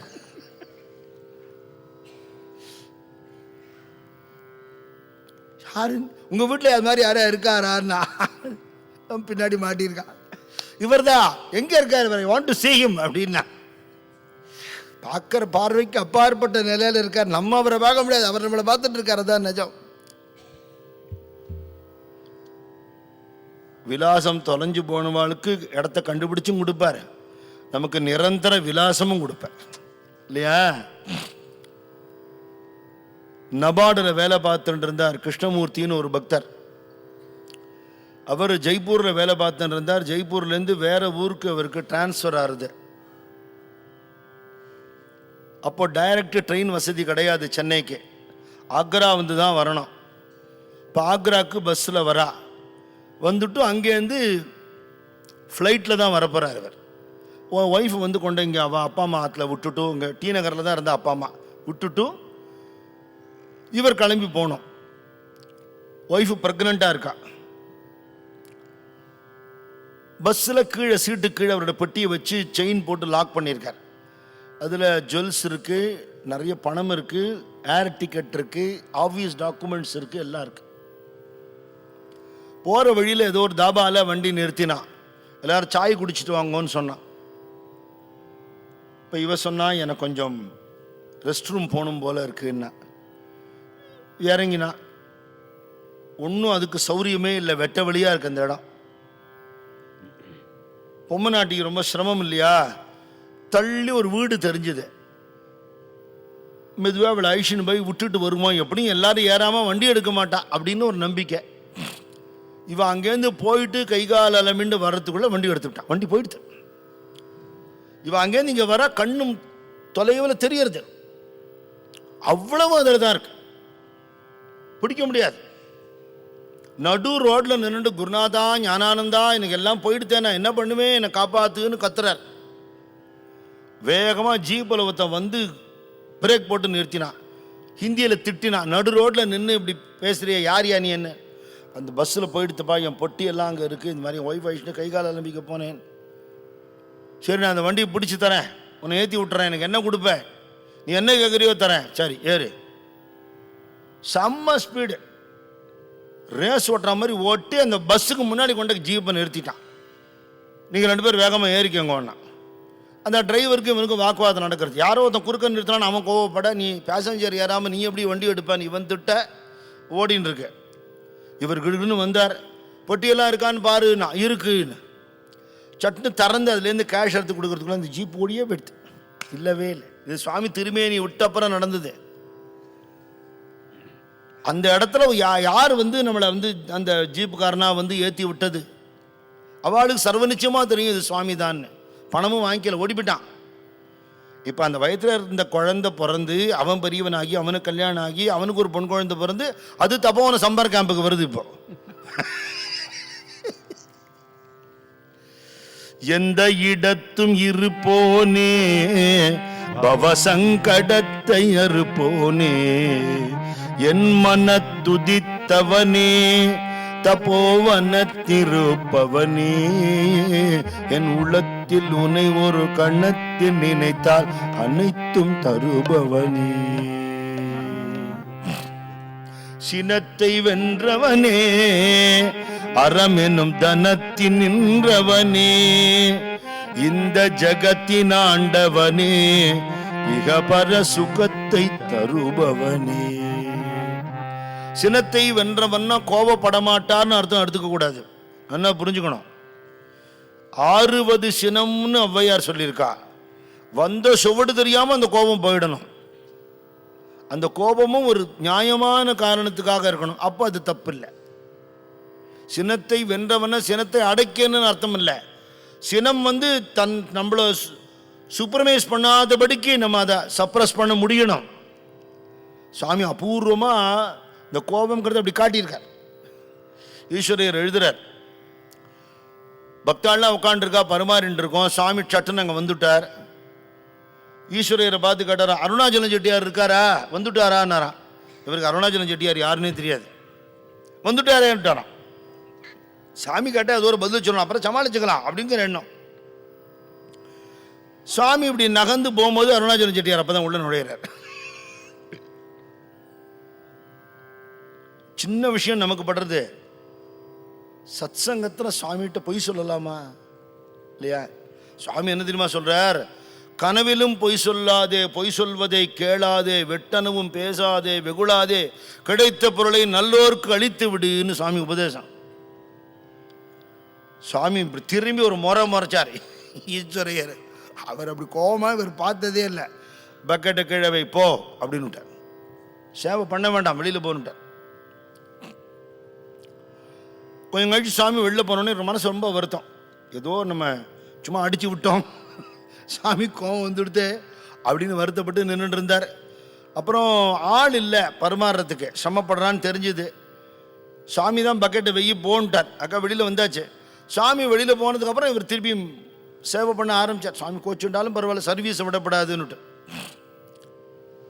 சத்து கழிச்சு யாரும் வந்து சாமி கூப்பிட்றாருனா உள்ளே போனோன்னே நமஸ்காரம் பண்ணார்.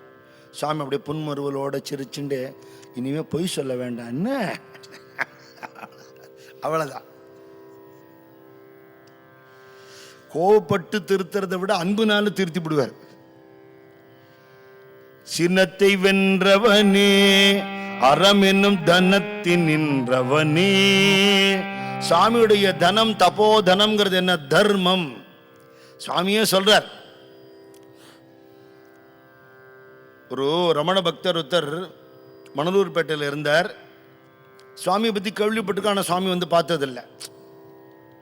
நானே ஒரு ஊருக்கு போனேன். அங்கே ஒருத்தரை பார்க்கும்போது, எங்கேருந்து விரையாடினார்? தபோவனத்தை. தபோவனமா அப்படின்னார். என்னடா அப்படி சொல்கிறாரு? என்ன ஞானானந்த சுவாமியெல்லாம் ஹடயோகி அவ்வளோதான் அப்படின்னா. நம்ம என்னத்தை கண்டோம்? நம்மளுடைய பேலன்ஸ் ஷீட்டே நமக்கு தெரியாது. மகான்களை போய் ஆழங்கா காண முடியுமா? இடப்பட முடியுமா? ஆனால் அப்படி இருக்கா மக்கள். ரமண பகவான் ஒரு பிரம்மஜானி, ஞானானந்த சுவாமியெல்லாம் சித்தர், மிராக்கள் பண்ணுறவர் அப்படின்னு அவருக்கு ஒரு அலட்சியம் இருந்தது. அதனால் பக்கத்து ஊரில் இருந்துன்னு சுவாமியை பார்க்கவே வராமல் இருந்தார். ரமண பகவான் 1950 சித்தி ஆகிட்டார். அதுக்கப்புறம் நிறைய பக்தாள்லாம் சுவாமிகிட்ட வரா. ரமண பகவான் கூட இருந்த பக்தாள்லாமே இங்கே சுவாமிகிட்ட நிறைய பேர் வரா. அரவிந்த் அன்னை அனுப்பிச்சு நிறைய பக்தாள் வரா. என்னதான் இருக்கு இவர்கிட்ட அப்படிங்கிறதுக்காக வந்தார். நமஸ்காரம் பண்ணலை சாமிய. ஒரு நல்ல சாஸ்திரம் தெரிஞ்சவர் தான், சாதாரண ஆள் இல்லை, எல்லாம் படித்தவர். சாமி அவர் மதிக்காட்டா நான் இவர் எல்லாரையும் மதிப்பார். அப்படியே மந்தகாசம் வச்சிருக்கிறார். வருவோம் அப்படிங்கிற. மணலூர்பேட்டையில் தான் இருக்கேன். ரமண பகவான்கிட்ட ரொம்ப ஈடுபாடு, ஞானிகள்கிட்ட தான் ஈடுபாடு. இந்த சித்திகள் பண்ணுறவாளெல்லாம் நான் பொதுவாக ஏற்றுக்கிறது இல்லை அப்படின்னு சிரிச்சுட்டார். ஒன்றும் பதில் சொல். சுவாமிக்கு என்ன விஷயம் தெரியும், ஆழம் பார்க்கணுமா இல்லையா? இந்த புருஷார்த்தம்னு சொல்கிறாளே, அதை பற்றி சொல்ல முடியுமா? சுவாமி நீங்கள் சொல்லுங்க நான் கேட்குறேங்கிற. தர்மம் அர்த்தம் காமம் மோட்சம்னு அந்த புருஷார்த்தத்தை பற்றி சொல்கிற. அதெல்லாம் ஏற்கனவே பெரியவாழை எழுதி வச்சிருக்கா, விஸ்தாரமாக சொல்லணுங்கிற அவசியம் இல்லை. வெறும் புகழுக்காக காரியம் பண்ணுறவாளுக்கு இதெல்லாம் புரியாது அப்படின்னு சுவாமி அட்டாக் பண்ணார். மேலோட்டமாக சொல்லிட்டாள், விளக்கமாக சொன்னால் தேவையில்லை, சாமிக்கு தெரிஞ்சுக்கணும்னு ஆசையாக இருக்குது அப்படிங்கிற. சாமி எதிர்க்க விஷயமே வராது. அடுத்து அவர் அனுபவத்தை அவர் எழுதுறார். அடுத்த க்ஷணம் அந்த இடத்துல சுவாமி இல்லை, ரமண பகவான் தரிசனம் கொடுத்தார்னு எழுதுறார். வெலவெலத்து போயிட்டார், நமஸ்காரம் பண்ணிட்டார். இப்ப சுவாமி சொல்றார், தர்மம் அர்த்தம் காமம் மோட்சம் அறம் பொருள் இன்பம் வீடுன்னு சொல்லியிருக்கா. எல்லாரும் எப்படி அர்த்தம் எடுத்துக்கிறா அப்படின்னா, தர்மத்தோட வாழணும், அறத்தோட வாழணும், அப்புறம் அர்த்தம் பொருள், அர்த்தத்தை பொருளை தர்மத்தின் மூலமாக சம்பாதிக்கணும், தர்மத்தின் மூலமாக வாழ்க்கையில் வேணுங்கிற காமனைகள் ஆசைகளை பூர்த்தி பண்ணிக்கணும், தர்ம விரோதம் இல்லாமல் ஆசைகளை பூர்த்தி பண்ணிக்கணும், அந்த தர்மத்தினால மோட்சம் கிடைக்கும் அப்படின்னு வழி சொல்கிறா. ஆனால் அப்படி அர்த்தம் இல்லை, தர்மம் மட்டும்தான் புருஷார்த்தம். அந்த தர்மத்தோடு இருக்கணும்னு நினைக்கிறதே, தர்மத்தை விடமாட்டேங்கிற அபிருச்சி வந்ததுன்னா அதுதான் காமம், அதுதான் அர்த்தம். தர்மம் தான் வாழ்க்கைக்கு அர்த்தம், அந்த தர்மமே மோட்சம்னுட்டார் சுவாமி. இது 4 ஸ்டெப் இல்லை, தர்மமே அர்த்தம், தர்மமே காமம், தர்மமே மோட்சம், தர்மம் தான் வாழ்க்கைன்னு சொன்னார். இந்த விளக்கம் அவர் கேட்டதில்லை, விழுந்து நமஸ்காரம் பண்ண. வேறொரு பண்டிதர் வந்தார், இந்த திருப்புட்டிங்கிறத பற்றி உங்கள்கிட்ட தெரிஞ்சுக்கணும்னு பார்க்குறேன். நிறைய பேர் இப்படியெல்லாம் ஆழம் பார்த்து தோத்து போயிருக்கா. பார்க்கிறவன் பார்க்கப்படும் பொருள் பார்வைங்கிறத வச்சுட்டு அதை பற்றி தெரிஞ்சுக்கணும்னு பார்க்குறேங்கிறத ஒரு எலுமிச்சம்பழத்தை வச்சுன்னு சுவாமி அவருக்கு விளக்கம் கொடுக்குறார். இது எல்லாமே எப்படி சிருஷ்டியாக இருக்குது, அப்படி சிருஷ்டியாக இருக்கிறத ஒரு சிருஷ்டியை பார்க்குறவனும் அந்த சிருஷ்டியில் ஒரு அங்கமாயிடுறான்.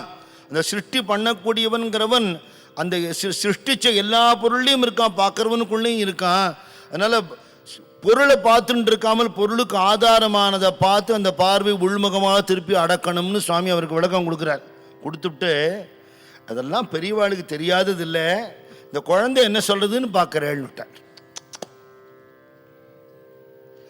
அறம் என்னும் தனத்தின் நின்றவனே, இந்த ஜகத்தின் ஆண்டவனே, இகபர சுகத்தை தருபவனே, விரித்த சடையுடன் கரித்தோல் உரித்து சிரித்து நின்றவனே, திரிபுரத்தை எரித்து அறுமுகத்தை அழித்து எந்த உள்ளத்தை பறித்தவனும் நீ. ஆட்டையாம்பட்டியில் பார்த்தா சுவாமி ஜடையோடு இருக்காப்புல பெருசா அந்த சுவாமி வச்சிருப்பான். கோவிந்தபுரத்துக்கு முதல்ல முரளிதர சுவாமிகள் வந்தபோது இந்த ஜடையோடு இருப்பார் ஆட்டையாம்பட்டி, அந்த படத்தை வையுங்க அப்படின்னு சொன்னேன். இப்போ சமீபத்தில் காஞ்சி பெரியவா நம்ம சன்னிதானத்துக்கு வந்தபோது சுவாமியோடைய ஷ்ரைன் கிட்ட வந்து பார்த்துட்டு இந்த ஜடையோடு இருக்கிறது யாருன்னு கேட்டார். சுவாமி தானே. இல்லை அது கேட்குறேன் இது அப்படின்னு, அதுவும் அவரே தான். நம்பவே முடியாது.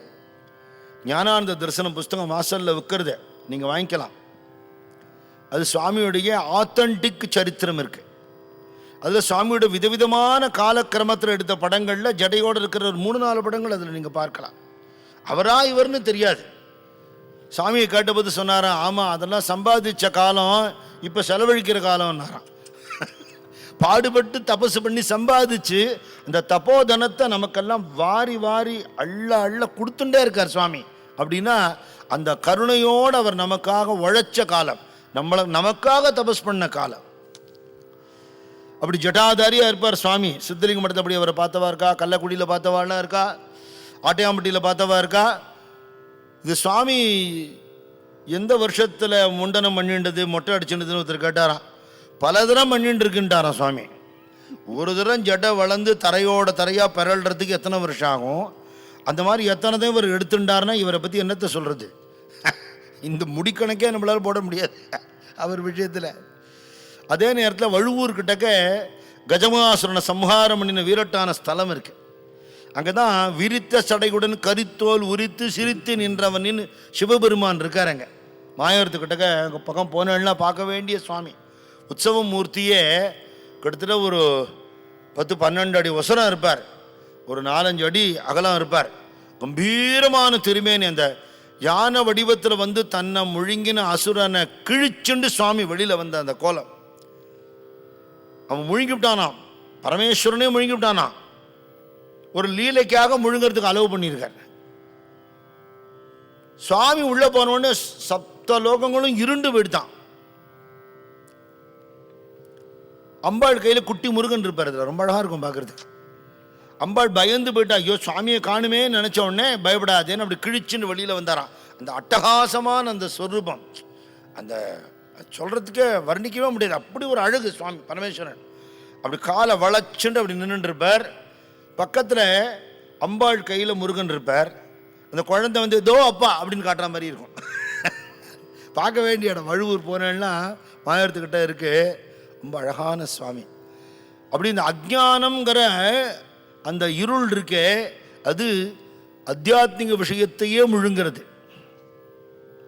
ஆனால் ஸ்ரத்தா பக்தி இருக்கிறவரோட பிரார்த்தனையினால அந்த அறியாமை கிழிக்கப்பட்டு விலக்கப்பட்டு ஜோதி ரூபமான பகவான் வரார். அதுக்கு தான் திருப்பி திருப்பி வாழ அவதார புருஷால் வந்துட்டே இருக்கிறதே இந்த அறியாமையை மொத்தமாக அழிக்கிறதுக்கு தான்.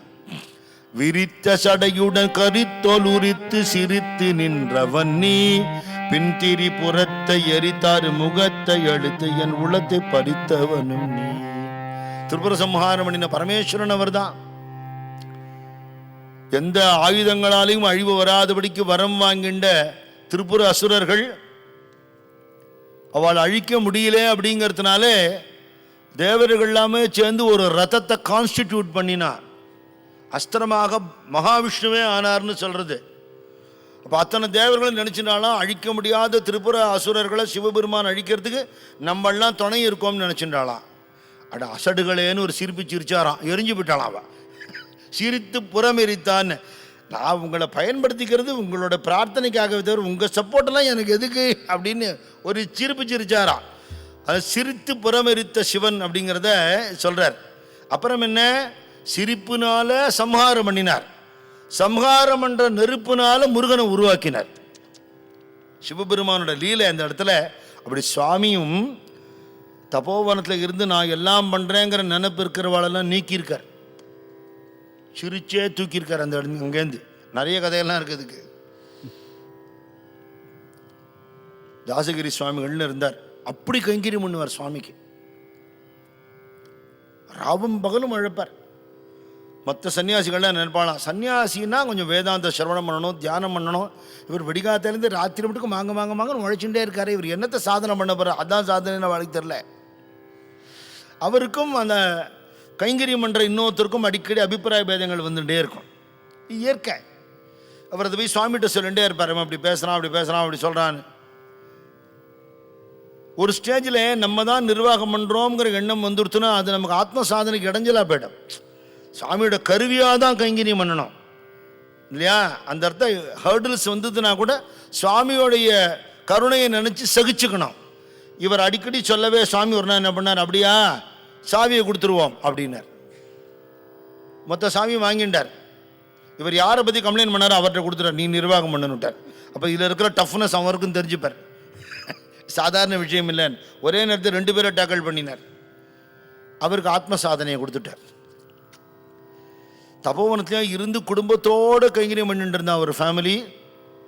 சுவாமி கூட இருந்து சர்வீஸ் பண்ணும்போது சுவாமி மட்டும் இல்லை, பல மகான்கள்கிட்ட நெருக்கமாக கைங்கரியம் பண்ணுறவாளுக்கு நாங்கள் சொன்னாதான் அவர் கேட்பார் அப்படிங்கிற ஒரு இந்த டாமினேட்டிங் பர்சனாலிட்டிஸ்க்கு அந்த ஒரு எண்ணம் வந்துடும். அப்படி இருந்த ஒரு குடும்பத்தை திடீர்னு ஒரு நாள் காத்தால கூப்பிட்டு இன்னும் கொஞ்சம் நேரம் டைம் தானே குடும்பத்தோடு இங்கேருந்து கிளம்பிடணும் அப்படின்ட்டார். ஏன் என்ன எதுவுமே சொல்லலை. அவள் அகங்காரத்துக்கு அப்படி அவ்வளவு ப்ராக்சிமிட்டி இருக்குன்னு நினச்சவாளை மொத்தமாக பிடிங்கி தூக்கி எறிஞ்சுவிட்டார். சில பேருக்கு இன்டர்னலாக ஒர்க் பண்ணுவார், சில பேருக்கு மைல்டாக புரிய வைப்பார், சில பேர் மொத்தமாக பிடிங்கி வெளியில் எறிஞ்சிடுவார். இதெல்லாம் அவளுடைய தப்புக்கு தண்டனைங்கிறது மட்டும் இல்லை, அது புரிய வைக்கிறது மூலமாக அவளுக்கு ஒரு ஆத்ம ஞானத்தையும் கொடுப்பார். மார்க்கண்டன்னு ஒருத்தர் பூர்வாசிரம நாமம் போட்டு சன்னியாச நாமம் என்னன்னு தெரியல, சிவானந்த சரஸ்வதி சுவாமிகிட்ட சன்னியாசம் வாங்கிட்டவர். சுவாமி பற்றி கேள்விப்பட்டு சுவாமிகிட்ட இருந்திருக்கார். சந்நியாச தர்மத்துக்கு கொஞ்சம் பிரதிகூலமாக அவர் நடந்துட்டதாக தகவல். ஒரு நாள் சுவாமி அவரை கூப்பிட்டாராம். சுவாமி கூப்பிடுறாரு, அவர் கம்பீரமாக வந்திருக்கார். சுவாமி சன்னியாசிகளோடு இருக்கிற ஃபோட்டோ, ஒரு கலர் ஃபோட்டோ இருக்குது, அதில் அவர் இருக்கார்.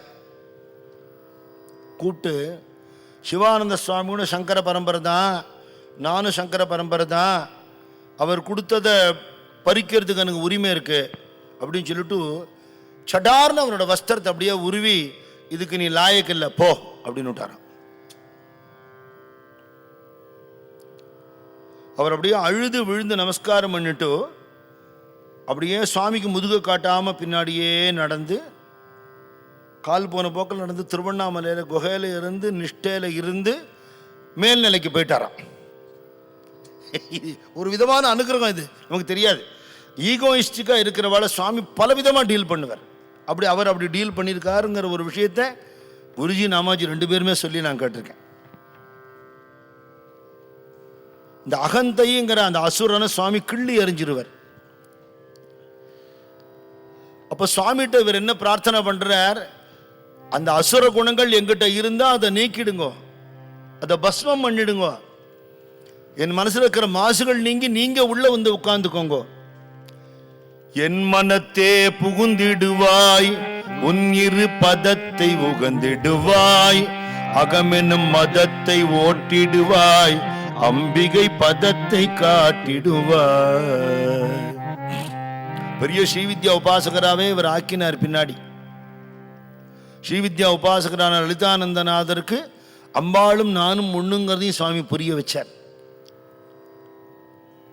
சித்தமிறங்காதா என் பித்தமும் தெளியாதா, உத்தம குருநாதா ஆண்டிடும் அத்தனே அருணீதா, என் நாட்டவரும் போற்ற இந்நாட்டின் இளவதரித்தாய், என் மன ஆட்டமதை நிறுத்தி மெய்ஞான நாட்டமுற செய்வாய். சிலோன்ல இருந்து ஒருத்தர் வந்திருந்தாராம். அவரோட சிங்கள தமிழ்ல சாமி பேசியிருக்கார். நாமாஜி சொல்லுவார் அதெல்லாம். அப்புறம் அங்கே உள்ளதெல்லாம் அங்கே என்ன விசேஷம்னு தெரியாத மாதிரி கேட்குறாரு. இவர் சிங்கப்பூரில், இவர் சிலோன்லாம் இவர் போகாத இடம் இல்லை. அப்புறம் அவர் எல்லாம் இங்கே இப்படி இருக்கு, அங்கே உள்ள யந்திரம், ஷட்கோண யந்திரம் இருக்குது கதிர்காமத்தில். அப்புறம் ஹட்டன் அங்கே இருக்குது, அந்தோணி மலைன்னு சொல்லுவா. அதில் வேல் நட்டு, அந்த வேலு நட்டது யார் தெரியுமா? அது யாருன்னு தெரியல சுவாமி. இந்தியாவிலேருந்து ஒரு சாது வந்து நட்டார்னு சொல்கிறா. அவ்வளோ தூரம் மேலே ஏறியே போக முடியாது, ரொம்ப கஷ்டம் போய் பார்க்குறதுன்னா. அவ்வளோ அவசரத்தில் வேலு சாமி தான் நட்டுது அப்படின்னாரா.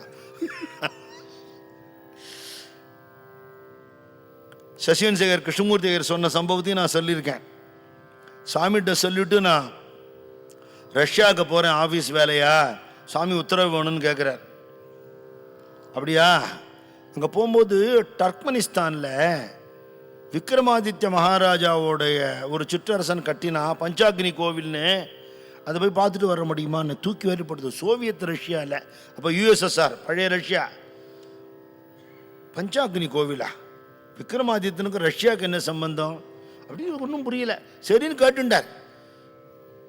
சுவாமி திருக்கோவிலூரை தாண்டியிருப்பாரான்னு தெரியல, இப்படியெல்லாம் சொல்கிறாரு. அப்புறம் அங்கே போனார், ஆஃபீஸ் வேலையெல்லாம் ஆகிடுத்து.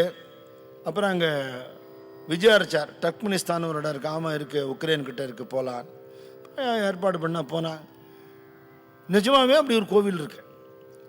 பட் கம்யூனிஸ்ட் கண்ட்ரியாக இருந்ததுனால இப்போது அது மானுமெண்ட்டாக மெயின்டைன் பண்ணுறா, பூஜையெல்லாம் கிடையாதுன்னு சொன்னேன். அது ஒரு பார்த்துக்கிறதுக்கு ஒருத்தர் இருக்கார். இவர் பார்த்து பிரமிச்சு போட்டார். இந்த தாத்தா இங்கே உட்காந்து எப்படி இதெல்லாம் சொல்லித்து அப்படின்னு. அப்புறம் ஒரு கியூரியாசிட்டி, அவருக்கு இந்த இடத்துக்கு சம்பந்தம் இருக்குமோன்னு. இந்த மாதிரி ஞானானந்த சுவாமி அங்கே இருக்கார், அவளுக்கு அதெல்லாம் தெரியல. இந்த கோவில் ஒரு காலத்தில் இந்தியன் சயின்ஸ் எல்லாம் மேனேஜ் பண்ணான்னு சொல்கிறா. அப்போல்லாம் பேப்பர்லாம் வரல, தோல்னால ஆன பெரிய பெரிய நோட் புக் இருக்குது, அதில் மசியில் இங்கு தொட்டு எழுதுவா. அது கோவிலை பார்த்துண்டவாளுடைய கையெழுத்தெல்லாம் இருக்குது. அதில் வேணால் நீங்கள் சொல்கிற ஒரு பேர் இருக்கா செக் பண்ணுங்கன்னா சுவாமி ஞானானந்தகிரின்னு கையெழுத்து இருக்குது அங்கே.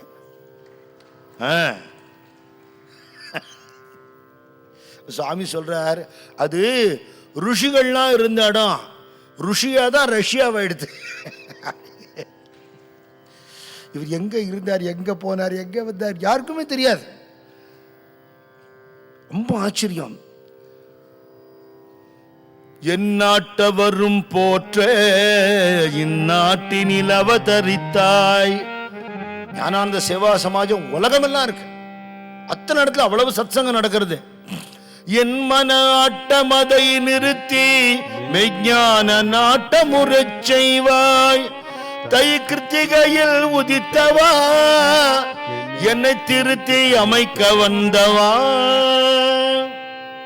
சுவாமி இதுதான் பண்றார் எல்லாருக்கும். யார் எந்த நிலைமையில இருக்காளோ அவளை அழகா ஆல்டர் பண்ணி ட்ரிம் பண்ணி ஜம்முன்னு அவருக்கு ஏத்த மாதிரி பண்ணிட்டுருவார். என்ன ஸ்டே கனெக்டட் அப்படி ஷுட் பி ஸ்டே கனெக்டட். சுவாமியோட கனெக்டடாக இருக்கணும், சத்சங்கத்தில் இருக்கணும். நமக்கு என்ன வேணுமோ கொடுத்து நம்மள்ட்ட இருக்கிற வேண்டாத அவகுணங்களை நீக்கி நம்மளை பரிசுத்தமாக்கி 4 பேர் நம்மளை பார்த்து இவர் ரொம்ப பெரியவர்னு சொல்லுவார். நம்ம யோக்கியதை என்னன்னு நமக்கு தெரியும், வெளியில் சொல்லிக்க முடியாது. நம்மளை பெரிய ஆளாட்ட ஃபோக்கஸ் பண்ண வச்சிருவார், திருத்தி சுத்தமாக்கிடுவார். அது அவருடைய பணி. என்னை திருத்தி அமைக்க வந்தவா மங்களபுரி தன்னில் தோன்றியவா பணியும் ஹரிதாசனு கருஷையவா. என் மனத்துதித்தவனே தபோவனத்திருப்பவனே என் உள்ளத்தில் உன்னை ஒரு கணத்தில் நினைத்தால் அனைத்தும் தருபவனே. இன்னதுதான் வேண்டணும்னு இல்லை, என்ன வேணா கேட்கலாம். குரு மகான் அப்படி சுவாமின்னா தெய்வீகமாக தான் கேட்கணும், அச்சுபிச்சு கடிலாம் கேட்கக்கூடாது. நீங்கள் என்ன கேட்டாலும் தரேன்னு ஒன்று உட்காந்துருக்கு. அந்த அந்த கருணைக்கு முன்னாடி நம்ம ஒன்றும் பண்ண முடியாது. ஈஸ்வரியும் பார்த்து மாமியும் சொந்தக்கார கல்யாணத்துக்கு போயிருக்கா. தப்போ வந்து கிட்டக்க ஏதோ ஒரு கிராமம் ஊரில். அங்கே சரியா இவாளை சாப்பிடுன்னு சொல்ல மதிக்கலை. இதெல்லாம் நம்ம இதெல்லாம் உண்டு இல்லையா, என்ன சாப்பிடுன்னு சொல்லலை, நான் சாப்பிட மாட்டேன் அப்படின்னு கோச்சுண்டு 2 பேரும் கிளம்பி வந்துட்டா. இடையில ஒரு சம்பவம் ஞாபகம் வருது, அது சொல்லிவிட்டு இங்கே வரேன். பரமஹம்சர் ஒரு சத்சங்கத்துக்கு கூப்பிட்டுருக்கான். யாரும் அவருடைய மகிமை தெரியல. சத்சங்கம் முடிஞ்சது, அவர் சும்மா ஒரு ஸ்பெக்டேட்டராக கலந்துட்டார். பாவம் சாப்பிட சொல்கிற இடத்த அவர் சாப்பிடவும் சொல்லலை, இடமும் இல்லை, சாப்பிட்றதுக்கு இடமே இல்லை. இங்கே இடம் இல்லை, அங்கே போங்க அங்கே போங்கன்னு விரட்டிவிட்டா. யார குருதேவரை. அவர் எங்கேயோ இந்த கைகால் அலம்புற இடத்துக்கிட்டக்க ஒரு 2 இலை இருந்தது. அங்கே போய் அவர் உட்காண்டார். அவர் கூட ஹிருதயனோ யாரோ வந்தா உட்காண்டா. இப்படியாவது இங்கே சாப்பிடணுமா, வேண்டாம் நம்ம கிளம்பி போயிடுவோம் அப்படின்னு அவர் சொல்றார். டே ரோஷப்படாதரா, ஆகாரம் கிடைக்காது அப்படின்னு சொல்லிவிட்டு திரும்பி போகிறதுக்கு வண்டிக்கு காசு வேணும், அவன் கொடுக்கணுமே அப்படின்னு யதார்த்தமாக பேசுகிறார் பாவம். அப்புறம் அவன் போடுறதுல 2 இந்த லூச்சின்னு குட்டி பூரி இருக்கும், அதை சாப்பிட்டுட்டு ஏந்துட்டான். சகிக்கலை, இதை போய் சாப்பிடுவாள அப்படின்னு அவன் புலம்புறான். சொல்கிறார், அவன் என்னை மதிக்காட்டா போகிறான், நான் வந்துட்டு இங்கேருந்து சாப்பிடாம போனேன்னா அவனுக்கு சௌக்கிய குறைச்சல் வருங்கிற. என்ன கருணை இல்லையா? ஒரு மகான் வந்து அவனுக்கு சாப்பாடு போடாத பாவம் அவனுக்கு வரக்கூடாதுன்னு அவமானப்படுத்துகிற இடத்துலையும் போய் எடுத்துப்பான். இந்த கருணை மகான்களுக்கே உரியது இல்லையா? நம்மளாம் ரோஷப்படுறோம், அவன் அதெல்லாம் கடந்து மானாபிமானம் விட்டு தானாகி நின்றவரைன்னு இருக்க. இவன் மதிக்கலைன்னு இவன் சாப்பிடலை, ஆற்றுல சமைக்கலை, கல்யாணத்துக்கு போகிறவங்களால சமைக்காமல் இருந்துட்டா. சரி போகிறத சுவாமியை நமஸ்காரம் பண்ணிட்டு போவோம், தபோன்ட்டு ஆகார நேரம் தாண்டி இருக்கும். போய் நமஸ்காரம், மனசில் இருக்கிற அந்த கொதிப்பு, நம்மளை இன்சல்ட் பண்ணிட்டாலேங்கிற கொதிப்பு, சுவாமியை நமஸ்காரம் பண்ணிட்டு போயிடுவோம், நமக்கு அந்த தாப சமனமாயிடும்னா. சரின்னார் மாமா. 2 பேரும் தபோவனத்தில் இறங்கினா வாசல்லே உட்காண்டிருக்க. சுவாமி பிட்சை எடுத்துக்காம உட்காண்டிருக்கு உங்களுக்காக. அவளை உட்காத்தி வச்சு இலையை போட்டு தானே பருமாறி, அது மாமி நான் இருக்கேன் சுவாமி நான் பருமாறுறேன்னு சொல்லி சுவாமியும் அங்கே அவளோட உட்காந்து பிட்சை எடுத்துட்டு இருக்கார். அப்போது இப்பேற்பட்ட ஒரு பிரசாதம் கிடைக்கிறதுக்கு தான் நமக்கு அது நடந்தது போல் இருக்கு. அங்கே கல்யாண வீட்டில் சாப்பிட்டுருந்தா நம்ம இங்கே வந்திருக்க மாட்டோம், நேரம் ஆற்றுக்கு தான் போயிருப்போம். அப்படி மானாபிமானவும் நின்னதே எனக்கேன்னு என்ன கட்டம் மான அவமானம் வந்தாலும் குருநாதான் அங்கே போய் விழுந்துட்டா அவளோட தாபத்தை தொடச்சி அவளுக்கு பிரசாதம் கொடுத்து அனுகிரகம் பண்ணி மனசை குளிர் வச்சு, கெடுதல் பண்ணினவாளுக்கு நம்ம கெடுதல் நினைக்கப்படாதுங்கிற. நமக்கு ஒருத்தர் கெடுதல் பண்ணால் என்னை இப்படி பண்ணிட்டானே பகவானே அப்படி சொல்லாதே, அவனும் நல்லா இருக்கணும், அவனுக்கு நல்ல புத்தி வரணும்னு வேண்டிக்குவோம் சுவாமி. அந்த கருணையவே தான் எல்லாருக்கும் பிரசாதமாக கொடுக்குறார். அப்படி சுவாமியோடைய கருணைக்காக குருஜி ஹரிதாஸ் சுவாமிகள் உருகி உருகி உருகி அழுது அழுது எனக்கு கிடைக்காதா கிடைக்காதான்னு அழ சுவாமி திரிவேணிகிரி சுவாமிகள் மூலமாக அவருக்கு தீட்சை எடுத்து வச்சார். திருவடி தீட்சையே கொடுத்ததையும் அவர் எழுதியிருக்கார். நான் ஞானானந்த வைபவத்தில் சொல்லியிருக்கேன்.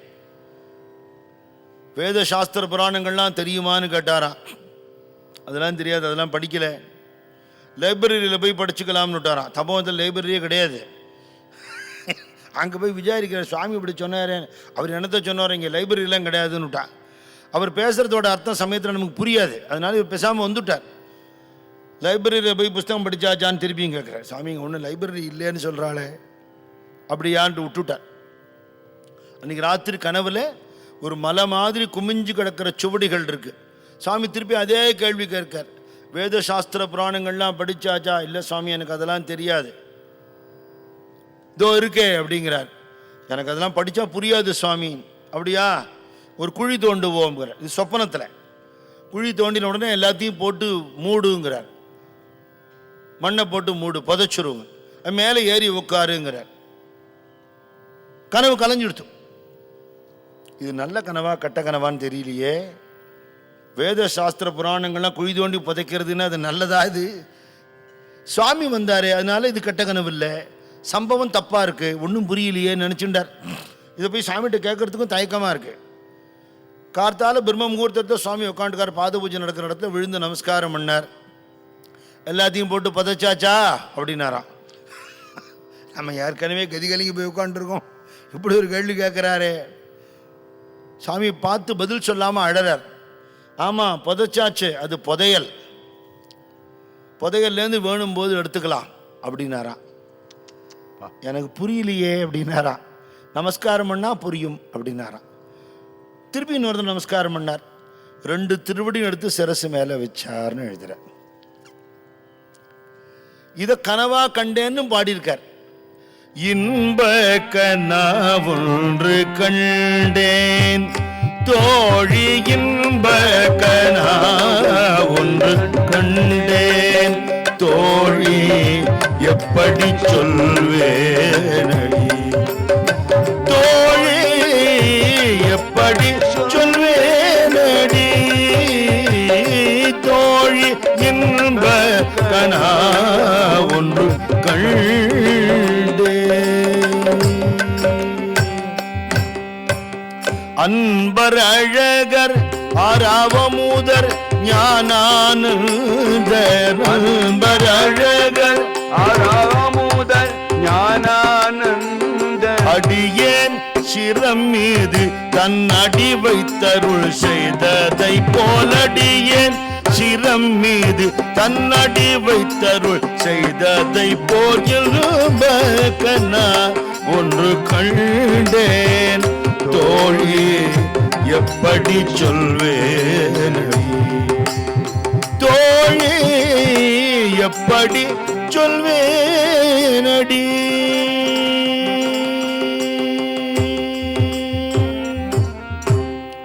கை காட்டி என்னை அழைத்தார், அழைத்து எந்தன் காதினில் கனிவோடு கரையேற வழி சொன்னார்.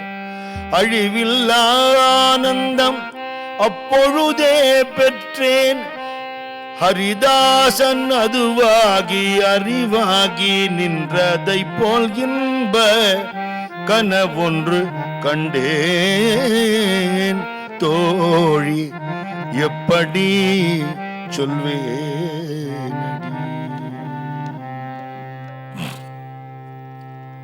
அப்புறம் பாதுகைகளை கொடுத்து சிப்பலாக்கட்டையை தட்டி கையில் கொடுத்து உலகமெல்லாம் பிரச்சாரம் பண்ணும்படியாக சொல்ல, அவர் எங்கெங்கெல்லாம் போய் உபன்யாசம் பண்ணுறாரோ அந்த என்ன சரித்திரம் சொல்கிறாரோ அந்த தபோவனத்துலேருந்து சுவாமி சொல்லுவாராம். இன்னைக்கு இந்த சரித்திரம் உபன்யாசம் ஆகிட்டு இருக்கும் பாரான். கையை அப்படியே வச்சுட்டு இருந்து இங்கேருந்து ரிலே பண்ணுவாராம். அதெல்லாம் பார்த்தவாள்லாம் இருக்கான். அவர் உபன்யாசம் பண்ணும்போது அந்த காலத்தில் கேட்ட வாளுக்கு தெரியும். எல்லாம் வல்ல குருமூர்த்தி என்னுள் இருந்து என்னை இயக்கி பேச வைக்கட்டும்னு சொல்லிட்டு கண்ணை மூடிண்டு தேவான்னு சொல்லிட்டு ஆரம்பிப்பார். நானும் எல்லாரும் மாதிரி உட்காந்து கேட்டிருக்கேன். அவரை மாதிரி நாமாஜி மாதிரிலாம் நமக்கு கடுகத்தனம் கூட பக்தி கிடையாது, தகுதியே கிடையாது. நமக்கெல்லாம் தகுதி இல்லாதவாளுக்கு அனுகிரகம் பண்ணுறது தானே சுவாமி. தகுதி பார்த்து பண்ணுறது அருள், தகுதி இல்லாத வாழ்க்கை பண்ணுறது கருணை. இது கருணை வள்ளல் இல்லையா? இன்னைக்கு சுவாமியை நினச்சிட்டு நம்ம பேசணும்னு நினைக்கும் போது சுவாமி உள்ளேந்து இயக்கிறாருங்கிறத அனுபவத்தில் புரிஞ்சுக்கிறதுக்கு அவரே அனுகிரகம் பண்ணியிருக்கார். சத்தியம். நம்ம ஒன்றுமே இல்லை, அதுதான் உண்மை. முழுமையாக நம்மளை ஒரு காலி ஸ்லேட்டாக ஆக்கிண்டா அவரே அந்த ஸ்லேட்டில் எழுதிடுவார். எனக்கு ஏதாவது தெரியும்னு என்னைக்கு நினைக்கிறானோ அன்றைக்கி குட்டு விழும் மண்டையில். அப்படி தன்னை பூரா சமர்ப்பணம் பண்ணினதுனால அவரை சுவாமி ஏற்றுக்கொண்டு நாம பிரச்சாரம் பண்ண வச்சு நாமாஜியை கூடவே அவருக்கு அனுப்பிச்சு கொடுத்து, தோழன்னா அப்படி ஒரு தோழன், உயிர் காப்பான் தோழன். வெறும் ஃப்ரெண்ட்ஷிப்பாக 2 பேரும் சேர்ந்து சினிமா பார்த்தோம், 2 பேரும் ஹோட்டல் போய் டிஃபன் சாப்பிட்டாங்கிற ஃப்ரெண்ட்ஷிப் இல்லை. 2 பேரும் பஜனைக்கு போனோம், 2 பேரும் சத்சங்கத்தில் இருந்தோம், 2 பேரும் சுவாமிகிட்ட போனோம், 2 பேரும் சுவாமியால் ஆட்கொள்ளப்பட்டோங்கிற மாதிரியான ஒரு ஃப்ரெண்ட்ஷிப்பு இல்லையா? அப்படி இருந்து அவளை ஒசத்தி பின்னாடி வர பக்தாளுக்கும் இந்த அனுபவங்கள் தெரிகிறாப்புல நாமாஜி புஸ்தகம் எழுத, இவர் பாட்டுகள் எழுத, நிரந்தரமாக அதுக்கு மண்டலி உண்டாக்கணும்னு சுவாமி எப்படி இவாளை ஊக்குவிச்சு இந்த மண்டலி கட்டட நிதிக்கெல்லாம் சுவாமி எப்படி அனுக்கிரகம் பண்ணியிருக்காருங்கிறதுலாம் ஞான அனுபவத்தை நாமாஜி விஸ்தாரமாக எழுதியிருக்கார். அப்படி இந்த கட்டடத்துக்கான கைங்கரியம் பண்ணும்போது ஈஞ்சம்பாக்கத்தில் ஒரு இடம் வாங்கி அங்கே பூமி பூஜை போட்டால், பூமி பூஜை போட்ட அன்னைக்கு நல்ல வெயில் அடிக்கிற நேரம், நல்ல வெட்ட வெளி, ஒன்றும் ஒதுங்கிறதுக்கு இடம் இல்லை. அங்கே ஒரு இடத்துல சுவாமி சித்தலிங்க மடத்தில் சுவாமி சேரில் உட்காந்துருக்கிற அந்த ஒரு ஃபோட்டோ ஃப்ரேம்டு சுவாமியோட மூர்த்தி, பிளாக் அண்ட் ஒயிட் ஃபோட்டோ, கீழே சுவாமியோட சிக்னேச்சர் இருக்கும்.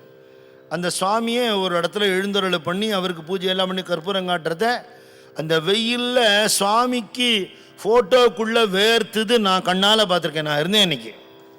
அந்த ஃபோட்டோக்குள்ளே சுவாமிக்கு வேர்த்துது. கையில் இருக்கிற புஸ்தகங்கள்லாம் வச்சு விசிறினா, அதுக்கப்புறம் விசிறி பனவாலை விசிறி வச்சு விசிறி சொல்லி பஸ்ஸில் கொண்டு வைக்க சொன்னால், நாங்கள் பசங்க அப்போல்லாம் சின்ன பசங்க நாங்களாம் பஸ்ஸுக்குள்ளே வச்சுருந்தோம் சுவாமியை. ஃப்ரேம்டு ஃபோட்டோக்குள்ளே வேர்த்தது எனக்கு அந்த வயசில் அது புரிஞ்சுக்க தெரியல. அதுக்கப்புறம் இவாள்லாம் தபோவனம் போகிறது, ஆமாம் அன்றைக்கி ரொம்ப வெயில் இல்லை, சாமிக்கு வேர்த்து கொடுத்துங்கிறாராம். சாமி தபோவனத்து இருக்கிறத நடந்த சம்பவம். அப்படி பண்ணி பல இடங்களில் முயற்சி பண்ணி கடைசியில் இன்றைக்கி அற்புதமாக ஒரு பாண்டுரங்க ஆலயத்தோடு சுவாமி ஸ்ரீமடத்தோடு அங்கே இருக்கார். சுவாமியோட படை வீடுகள் அதுவும் ஒரு படை வீடாக இருந்து ஞானானந்த மண்டலிக்காரா இன்றைக்கும் நாம சங்கீர்த்தனம் பண்ணி கொண்டு குரு கைங்கரியம் தவிர எதையும் எதிர்பாராத ஒரு சுத்த ஆத்மாக்களாக பரம்பரையாக. இப்போ ஜெயராம் மாமா இருக்காருன்னா அவர் பிள்ளை ஆனந்த பாகவதர், அவர் பிள்ளை அவர் அடுத்த பாகவதர் வந்துட்டார். அப்படி பரம்பரையாக அத்தனை பேரும் ஒரு குடும்பமாக இருந்து அவள்லாம் நாம சங்கீர்த்தனம் பண்ணிட்டு இருக்கா.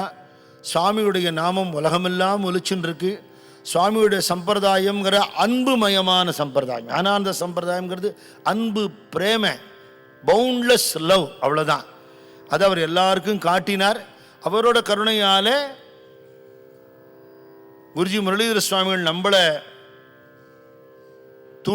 தூண்டுதல் பண்ணி கோவிந்தபுரத்தில் பூமியும் கொடுத்து, குருநாதர் பக்தாள் அவளே தான் சுவாமிக்கு பூமி கொடுத்துருக்கா. அபுதாபியில் ஹரீஷ்ன்னு இருக்கார், அவரோட பிரதர் ரமேஷ்னு இருக்கார், இன்னொரு பிரதர் ராஜேஷ்னு இருக்கார். அவள்லாம் கோவிந்தபுரம் நடராஜையருடைய அந்த குடும்பத்தை சேர்ந்தவா. அவள் அந்த பூமியே அவள் வேட்டாத்து சொத்து, அதை கொடுத்தா. இன்னைக்கு கோவிந்தபுரத்தில் ஒரு ஸ்கொயர் ஃபீட்டு 3000 ரூபான்னு கேள்விப்பட்டேன். நான் விலை கேட்ட போது 1500 ரூபா, என்கிட்ட 150 ரூபா கூட இல்லை. சாமி அப்படி எடுத்து கொடுத்து அதை கட்டும்படியாக பண்ணி இன்னைக்கு கம்பீரமாக உக்காண்டிருக்கார். அவ்வளவு சத்சங்கம் நடக்கிறது, அத்தனை பூஜைகள் நடக்கிறது, வரவாட பிரார்த்தனைகள்லாம் நிறைவேறது, கேட்டது கிடைக்கும், நினைத்தது நடக்கும்னு குருஜி முரளிதர சுவாமிகள் சொன்னார். அதை எழுதி போட்டிருக்கோம், அது சத்தியமாக நடந்துட்டுருக்கு. சுவாமியோட இன்னொரு படை வீடா அதுவும் கோவிந்தபுரம் ஆயிடுத்து. குன்றுதோர் ஆடல் அப்படின்னு சுவாமி அந்த இடத்துலையும் உட்காண்டிருக்கார். அப்படி நிறைய இடங்களில் சுவாமிக்கு சன்னதி வரணும். கள்ளக்குடியில் ஏற்கனவே ஆரம்பித்து நடந்தது, தொடர்ந்து நடக்கணும். இன்னும் அனுக்கூரில் பண்ண போகிற அனுகூலபுரம்னு பேர், அனுகூலமாக அங்கேயும் நடக்கணும். ஸ்ரீமுஷ்ணத்தில் சுவாமி இருந்தார், அங்கே ஒரு ஞானானந்த பாதுகா மண்டபம் வரணும். சூலூரில் ஒரு ஞானானந்த பாதுகா மண்டபம், பேட்டைக்கு பேட்டை சுவாமியுடைய சத்சங்கம் ஒன்று. கோவில் கட்ட வேண்டாம், கோவில் கட்டி கும்பாபிஷேகம் அபிஷேகம் ஆகம பூஜை அதெல்லாம் நம்மளால் பண்ண முடியாது. ஒரு பஜனை மண்டபமாக இருக்கணும், மண்டலியாக இருக்கணும். அங்கே அத்தனை பேரும் வந்து ஞானானந்த நாமம் சொல்லணும், தினசரி வழிபாடு பாடணும், சுவாமி பஜனை பண்ணணும். ஒரு பேதம் இல்லாமல் தபோவனத்தை பார்த்தனால எல்லா மகான்கள் படமும் மாட்டியிருப்பான். சுவாமி காலத்திலேயே மகாபிரிவா புதுப்பிரிவாளோடு இருக்கிற படம் அங்கே இருந்திருக்கு. சேஷாத்ரி சுவாமிகள், ரமண மகர்ஷிகள், ராமகிருஷ்ண பரமஹம்சர், பப்பா ராமதாஸ் சுவாமி எல்லாம் நான் பார்த்துருக்கேன். அந்த காலத்தில் யோகி அங்கேயே இருந்தார், சுவாமி கூடவே இருந்தார் தபோவனத்தில். எந்த பேதமும் காட்டலை, எல்லாரையும் அரவணைச்சுண்டார் சுவாமி. எல்லா சம்பிரதாயம், எல்லா மகான்கள், எல்லா விதமான பக்தாள். இதுதான் ஞானானந்த சாகரம், ஞானானந்த சம்பிரதாயம். அதுதான். அப்படி எல்லா மக்களும் ஒன்று சேர்ந்து நம்ம சனாதன தர்மத்துக்காக உழைக்கும் போது அந்த அருள் சக்தி சேர்ந்து வந்து இந்த தர்மத்துக்கு விரோதமான சக்திகளெல்லாம் இல்லாமல் பண்ணும். நம்ம யாரையும் எதிர்த்து போராடுறது, கொடி தூக்குறதுலாம் நம்ம வேலையில். கொடி தூக்குவோம், எங்கே வார்க்கரி யாத்திரையில் கொடி தூக்குவோம், ஜெண்டா. மற்ற சமாச்சாரம் தான் நமக்கு வேண்டாம். அப்படி இருந்து சத்சங்க பலத்தினால தான் துர்சக்தியை ஜெயிக்க முடியுமே தவிர கோஷம் போடுறது எதிர்ப்பு பண்ணுறது தான் நம்ம வேலை இல்லை, இல்லையா? அப்படி குருநாதர் கருணையால் இந்த 5 நாளைக்கு ஞானமணி மாலையில் சில பாட்டுகள், இன்னும் சொல்ல வேண்டிய பாட்டுகள் நிறைய இருக்குது. சுவாமி எப்படி சங்கல்பிக்கிறாரோ அப்படி நடக்கும். அப்படி இந்த சத்சங்கம் நன்னா நடந்தது.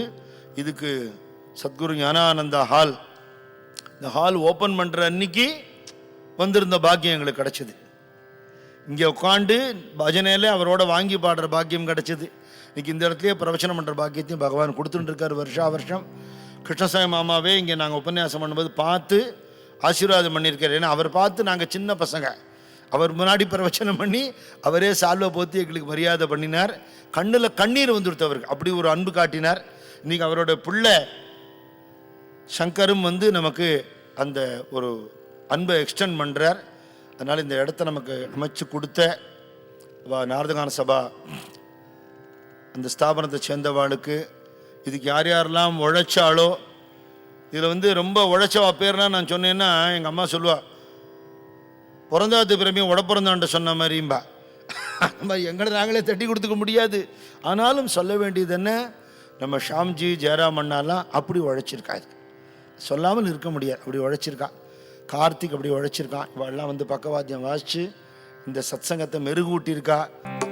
ஞானானந்தா நமோஸ்துதே, ஞான பண்டிதா நமோஸ்துதே, ஞான சத்குரோ நமோஸ்துதே, ஞானானந்தா நமோஸ்துதே, அத்புத சரிதா நமோஸ்துதே, ஆனந்த ரூபா நமோஸ்துதே, இன்ப பொருளே நமோஸ்துதே, ஈசனும் நீயே நமோஸ்துதே, கும்பர்கள் தருவே நமோஸ்துதே, ஊமை கருள் செய்தவா நமோஸ்துதே, எங்கள் தெய்வமே நமோஸ்துதே, ஏழை கிளியாய் நமோஸ்துதே, ஐகர பிரியனே நமோஸ்துதே, ஐயம் தீர்ப்பாய் நமோஸ்துதே, ஒப்பிலா மணியே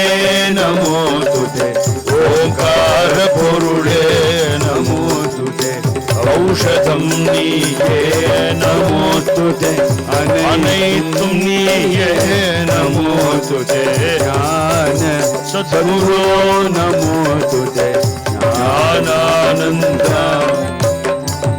தாழ்வில்லாத தன்மையும் தளர்ச்சியற்றவன்மையும் வாழ்வினால் பயன்களும் என் வாக்கிலே வரங்களும் பக்தியில் கசிந்தலைந்து பாடுகின்ற பான்மையும் பாடுவோர் அநேக போக பாக்கியங்கள் என்று மோங்க என் கரத்தி இயற்கையான சித்தியை தந்து ஞானமூர்த்தியாய் தனித்து வைத்த சக்தியாம் நாம கீர்த்தனம் பறந்து நாடலாம் செழிக்கவும் பேரிடாத இன்பம் பொங்கி வீடலாம் விளங்கவும் ஞான தீபம் ஏற்றி என்றும் நாம கீதம் பாடுவோம் தர்ம சக்தி வாழ்கவென்று சந்ததம் கொண்டாடுவோம் ஞான தீபம் ஏற்றி என்றும் நாம கீதம் பாடுவோம் தர்ம சக்தி வாழ்கவென்று சந்ததம் கொண்டாடுவோம்.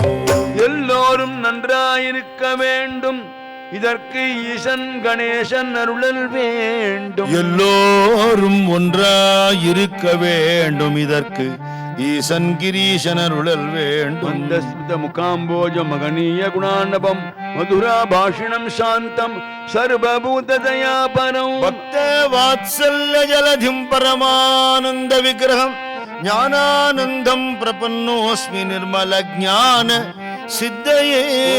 ஞானானந்தம் ஞானானந்தம் ஞானானந்தம் ஞானானந்தம் ஞானானந்தம் ஞானானந்தம் சத்குரு ஞானானந்த பகவான் கி ஜெய். சமஸ்த சாது மண்டல கி ஜெய். பாரத் மாதா கி ஜெய். பிரம்மைவ சத்யம் ஓம் சர்வத் தத்சத். ஹரிநாம ஸ்மரணம் ஹரி. ராம ராம ராம ராம ராம